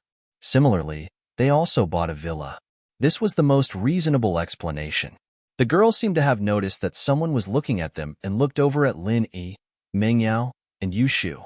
She was a little surprised to see Lin Yi, Meng Yao, and Yu Shu, but she nodded at them and walked over. When the beautiful girl bought the villa, she only wanted to buy a villa that was closer to her house. She definitely didn't expect these two villas to be neighbors. Only when she moved in today did she realize that they lived next door. What a coincidence. She didn't expect to become neighbors. The beautiful girl said to Lin Yi and the others generously. What a coincidence. Linny said faintly, didn't you want to rent a house that day? Why did you buy a villa? I wanted to rent a house, but when I saw that you bought a villa, I was a little tempted. So I also bought a villa. The beautiful girl said, I just didn't expect to become neighbors. Lenny saw that the beautiful girl's surprise didn't seem to be fake. He was a little confused. Could it really be a coincidence? The beautiful girl's surprise was naturally not fake. She was surprised that the two villas were actually neighbors. So that's how it is. You are also students of Donghai Industry University? Lenny asked. Yes, my brother and I are both students. But after buying the villa, there was something at home that I didn't report. I took a day off to report tomorrow. Oh, Lenny nodded and didn't ask anymore. My name is Chu Mingyao. She's Yushu, Donghai Engineering University's Economics Department. Mingyao heard that the siblings were also students of Donghai Engineering University. She immediately had a good impression of them. They were from the same school. It would be easy to get along with them. She could even visit them when she had nothing to do. Ah, you are from the Economics Department. What a coincidence. My brother is also from the Economics Department. The beautiful girl said, I'm Han Jingjing. This is my brother, Han Xiaoqiao. I didn't expect them to be from the same department. Han Jingjing asked, You're not from the Economics Department? Han Jingjing said, No, I'm from the Biology Department. Han Jingjing said, It's just a small major. I'm afraid you haven't heard of the Medicine Department. Lenny frowned slightly. The Medicine Department was a bit too much of a coincidence. But after Lin Yi confirmed that the two were not practitioners, he didn't continue to ask. Some things were useless even if he suspected them. He could only wait and see. Meng Yao was a little confused. Why would a girl apply for the Medicine Department? Lin Yi was also a Medicine Department. What a coincidence. Ah, you too? Han Jingjing looked at Lin Yi in surprise. You also like to study herbs? And Lin Yi nodded. That's great. Let's learn more from each other in the future. I like to study herbs too. Han Jingjing said happily as if she had found a confidant. But before Lin Yi could say anything, a Bentley drove over. It was Faubert's car. Lin Yi nodded at Han Jingjing. After hearing Han Jingjing and her brother's names, he was even more sure that he didn't know these two people. Even when he was on missions before, he had never heard of these two people. Okay, we need to go tidy up the villa too. Han Jingjing said as she opened the trunk of the car and took out some blankets and daily necessities. It seemed like she was going to buy some things.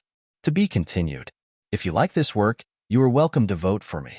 Your support is my biggest motivation. Target equals for blank.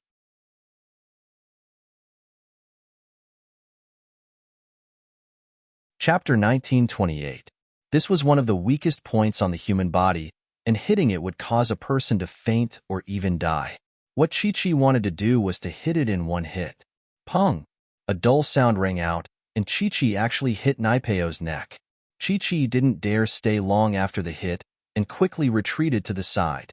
On the other side, Yu Bing wanted to keep the Zhuang brothers busy, but he realized that they didn't seem to have any intentions of doing anything. Evidently, they were very confident in Naipeo. But, in Lin Yi's eyes, there was a flash of worry. After Chi-Chi hit Naipeo, he didn't seem to be affected at all, as if he wasn't affected at all. In the next moment, Lin Yi suddenly felt a strong wave of qi coming from his palms, rushing into his body and sending him flying. Lin Yi's body landed heavily on the ground, his organs churning, and he couldn't help but spit out a mouthful of blood. But as bad as it looked, his injuries weren't that serious. He'd used Naipeo's qi to fly out the moment he sensed that something was amiss. Otherwise, he'd be even more injured if he'd taken the attack head-on. You're not afraid of physical practitioners? Lin Yi wiped the blood from his mouth as he stood up from the snow, sighing. It seemed like his first plan had failed. Naipeo wasn't afraid of physical practitioners at all. You think I only know how to absorb qi from spiritual practitioners? Idiot. Naipeo looked at Lin Yi as if he was looking at an idiot. No wonder you came looking for trouble with me so confidently. You thought you had a trump card to deal with me? You must have eaten too many stupid pills. Who told you that physical practitioners could deal with me? If I were to be defeated by a mere physical practitioner, then I wouldn't even need to show my face anymore.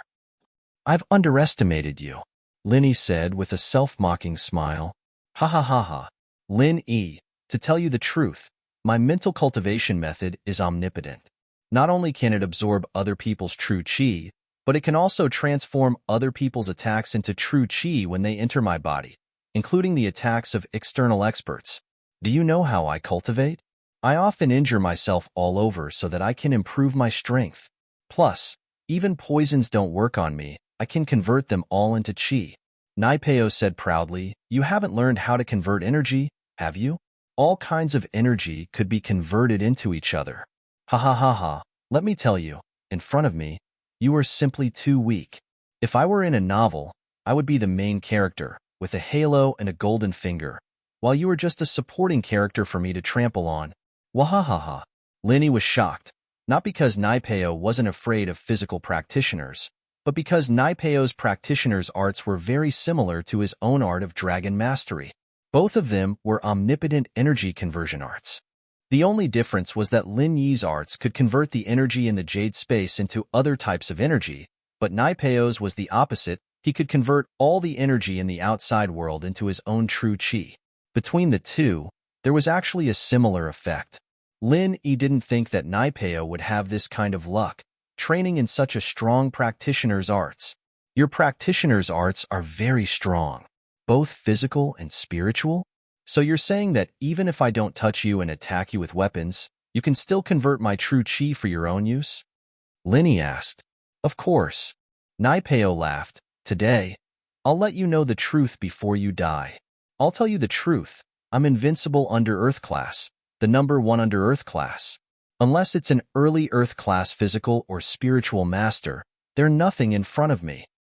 It seems like Pinliang didn't choose the wrong follower after all. You're very strong. Lin Yi smiled bitterly. Finding a physical practitioner to deal with you was my first plan, but it seems like it's useless now. Instead of directly touching your body, I will use my weapon to attack you. This is my second plan, but it seems that it has failed again. My third plan was to use poison, but you're not even afraid of poison. You really are invincible. It seems like all 3 of my plans have failed. Ha ha ha ha. I told you I'm the main character of this story. What are you? You're just an ant, trying to deal with me with a few useless plans? Are you dreaming? Naipeo heard Lin Yi admit defeat and was very pleased. But today, I won't kill you. I'll make sure you lose all your strength again. I'm keeping you alive so that Liang Bro can kill you with his own hands. Hearing that all 3 of Lin Yi's plans had failed, Yu Bing and Chi-Chi's faces turned nervous and disappointed. This Zhang Naipeo was too strong, wasn't he? It was beyond their imaginations. Lin Yi's 3 plans were all useless against him. Is that so? But I've always felt like I'm the main character. right? Lin Yi suddenly spoke as he reached out with his right palm, slapping towards Naipeo, his chi bursting out of his body as he channeled his practitioner's arts. Huh? You're still trying to act cool in front of me? Naipeo didn't expect Lin Yi to initiate an attack at this point. He even channeled his practitioner's arts. Wasn't he looking to die? Naipeo smiled coldly as he raised his right hand, ready to receive Lin Yi's palm and suck all the chi out of his body. Since you want to be the main character so much, I'll let you be the main character today, but only for one chapter. I'll let you have more screen time and die a horrible death. Haha. Bang. As he spoke, Lin Yi and Naipeo's palms collided, but the next moment, Naipeo realized that Lin Yi had stopped channeling his practitioner's arts. There was no chi on his palm again. HM? What are you doing? Naipeo paused as he prepared to use his chi to send Lin Yi flying again. But then, Lin Yi's chi surged towards him like a tsunami. Naipeo paused, but started laughing. Ha ha ha, I get it. You want to attack me when I'm not channeling my wasp absorption arts, right? So what if I am? Lin Yi asked.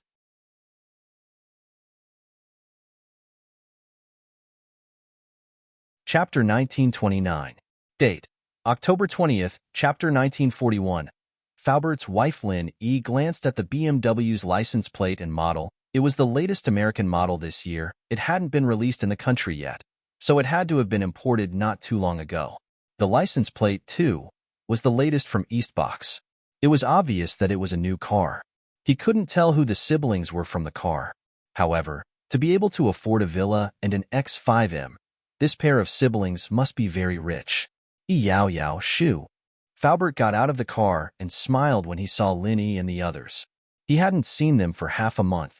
Faubert heard that the military training was over, so he rushed over. Faubert, you've been quite energetic recently. It seems like everything in Songshan is going well, Lin Yi smiled. Faubert was no longer depressed. He looked refreshed and energetic. Yeah, Pengzhan Industries is on the right track and Mr. Chu has changed his business philosophy. Perhaps Pengzhan Industries will welcome a rapid growth. Faubert said, but it's all thanks to E. Because Uncle Fu also saw that there were neighbors moving things over there. He didn't say much and didn't say much. Faubert, the food is ready and the people are ready. We're just waiting for you. Meng Yao looked at Faubert mischievously. The people are ready as well? Faubert paused and remembered what Lin Yi said before. He shook his head helplessly. I'm already so old. I don't have those kinds of thoughts anymore. Thank you for your kindness. I've thought about it carefully. I still can't forget my wife. So, although Faubert didn't finish his sentence, Lin Yi and the others understood what Faubert meant. He didn't want to remarry yet, so it was better to let it go for now. All right, let's just get to know each other as normal friends. You're the housekeeper of Songshan, and Grandma's son is the housekeeper of Dongheng. You'll have more chances to communicate with each other in the future, Lin Yi said. Okay, hee, even if you didn't mention it, I have long wanted to visit this Miss Sunday. Thank her for taking you in, Faubert said. As they spoke, the four of them walked into the villa. Grandma's son had just placed the last hot dish on the table. Seeing that they had arrived, she immediately greeted them warmly. Mr. Lin, Miss Chu, the guests are here? Dinner is ready. When Faubert heard Grandma's son's words, the smile on his face froze. He raised his head in disbelief and looked at Grandma Sunday. At that moment, it was as if he had been struck by lightning. He looked at Grandma's son and was so moved that he couldn't speak. Time had changed her nirvana. The wind and frost had aged her appearance, but Faubert recognized the person in front of him at a glance. It was the woman he had been dreaming about, his wife, Sun Luoyue. It's her? She didn't die? She had been in Songshan all this time? Then why didn't she look for him? He was considered a famous person in Songshan. Although he didn't have as much exposure as a celebrity, he would always be accompanying Chu Pengzhan in some of Songshan's business newspapers. Faubert, this is Grandma's son. Lin Yi introduced. He was about to introduce Faubert to Grandma's son when he turned around and saw Faubert's stunned expression. Lin Yi was slightly stunned. Faubert? Faubert, what's wrong? Grandma's son was also a bit confused. What was wrong with this person? Why did he stare at him the moment he entered? Why was he stunned? Although Grandma's son knew that she had dressed up for the past few days and had some charm, she was definitely not a great beauty. How could an old woman move a man's heart? Besides, she also knew Falbert's identity. It could be said that in Pengzhan Industries, Falbert was only below one person but above tens of thousands of people. With this kind of identity, what kind of beauty couldn't he find? Why would he like her? So, although Grandma's son heard Lin Yi's matchmaking, she didn't care at all. Since this person didn't like her, then what did this look mean? However, Grandma's son also knew that this person should be closer than her, Lin Yi, and Chu Mingyao, so she didn't show any dissatisfaction. However, although Grandma's son was confused, she could feel the deep love in Falbert's eyes. This made Grandma's son feel very strange. Could it be that he fell in love with her at first sight? Luoyu, is that you? Falbert raised his hand nervously. His voice was trembling, and his breathing became very rapid. Grandma's son looked at Falbert in confusion. Luoyu? Who was Luoyu? Huh, this name seemed a bit familiar. Had she heard of it before? Grandma's son shook her head again. She couldn't remember. Seeing Grandma's son's puzzled gaze, Falbert's heart sank. Although, after so many years, the person in front of him was no longer that young and beautiful girl, but Falbert was sure that she was his wife, Sun Luoyu. This was a feeling of closeness that came from the heart. I'm she. For the first time in many years, Li Fu said his real name, but he didn't care. The people standing around were all his closest people. No one would harm him. Moreover, Lin Yi was the person who saved his life many times. At this moment, Lin Yi also found out that Li Fu's real name was Shi. Li Fu, Shi, it was just two words turned upside down to form a name. Hearing the two words Shi, Grandma's son's face finally showed a slight change, but then Grandma's son's eyes became blank, as if she was recalling something, but also seemed inexplicable. After a while, she shook her head and said, I seem to have known you before, but I don't remember anything. You know who I am? At this moment, Lin Yi saw Falbert's expression. He could roughly guess who Grandma's son was to Falbert. He just sighed. This world was sometimes very big and sometimes very small. In the same city for so many years, but there was no interaction. But Grandma's son went with him to the East Sea, and they actually met. Life is a drama made up of coincidence and fate. You are Sun Luoyu, my wife? Falbert looked at Grandma's son and said anxiously. Mingyao and Yushu didn't know much about Falbert's background, so they didn't react as fast as Lin Yi. Only at this moment, when Falbert said this, did they look at Falbert and Grandma's son in shock. Grandma's son was Falbert's dead wife? But Grandma's son was fine, so she didn't die. But looking at Grandma's son, she didn't seem to remember anything. Me? Your wife? Grandma's son's eyes widened in shock. My name is Sun Luoyu. Target equals _blank. You're tuning in to the Warrior Lore YouTube channel. Don't forget to subscribe and join us on this journey to catch the most captivating stories.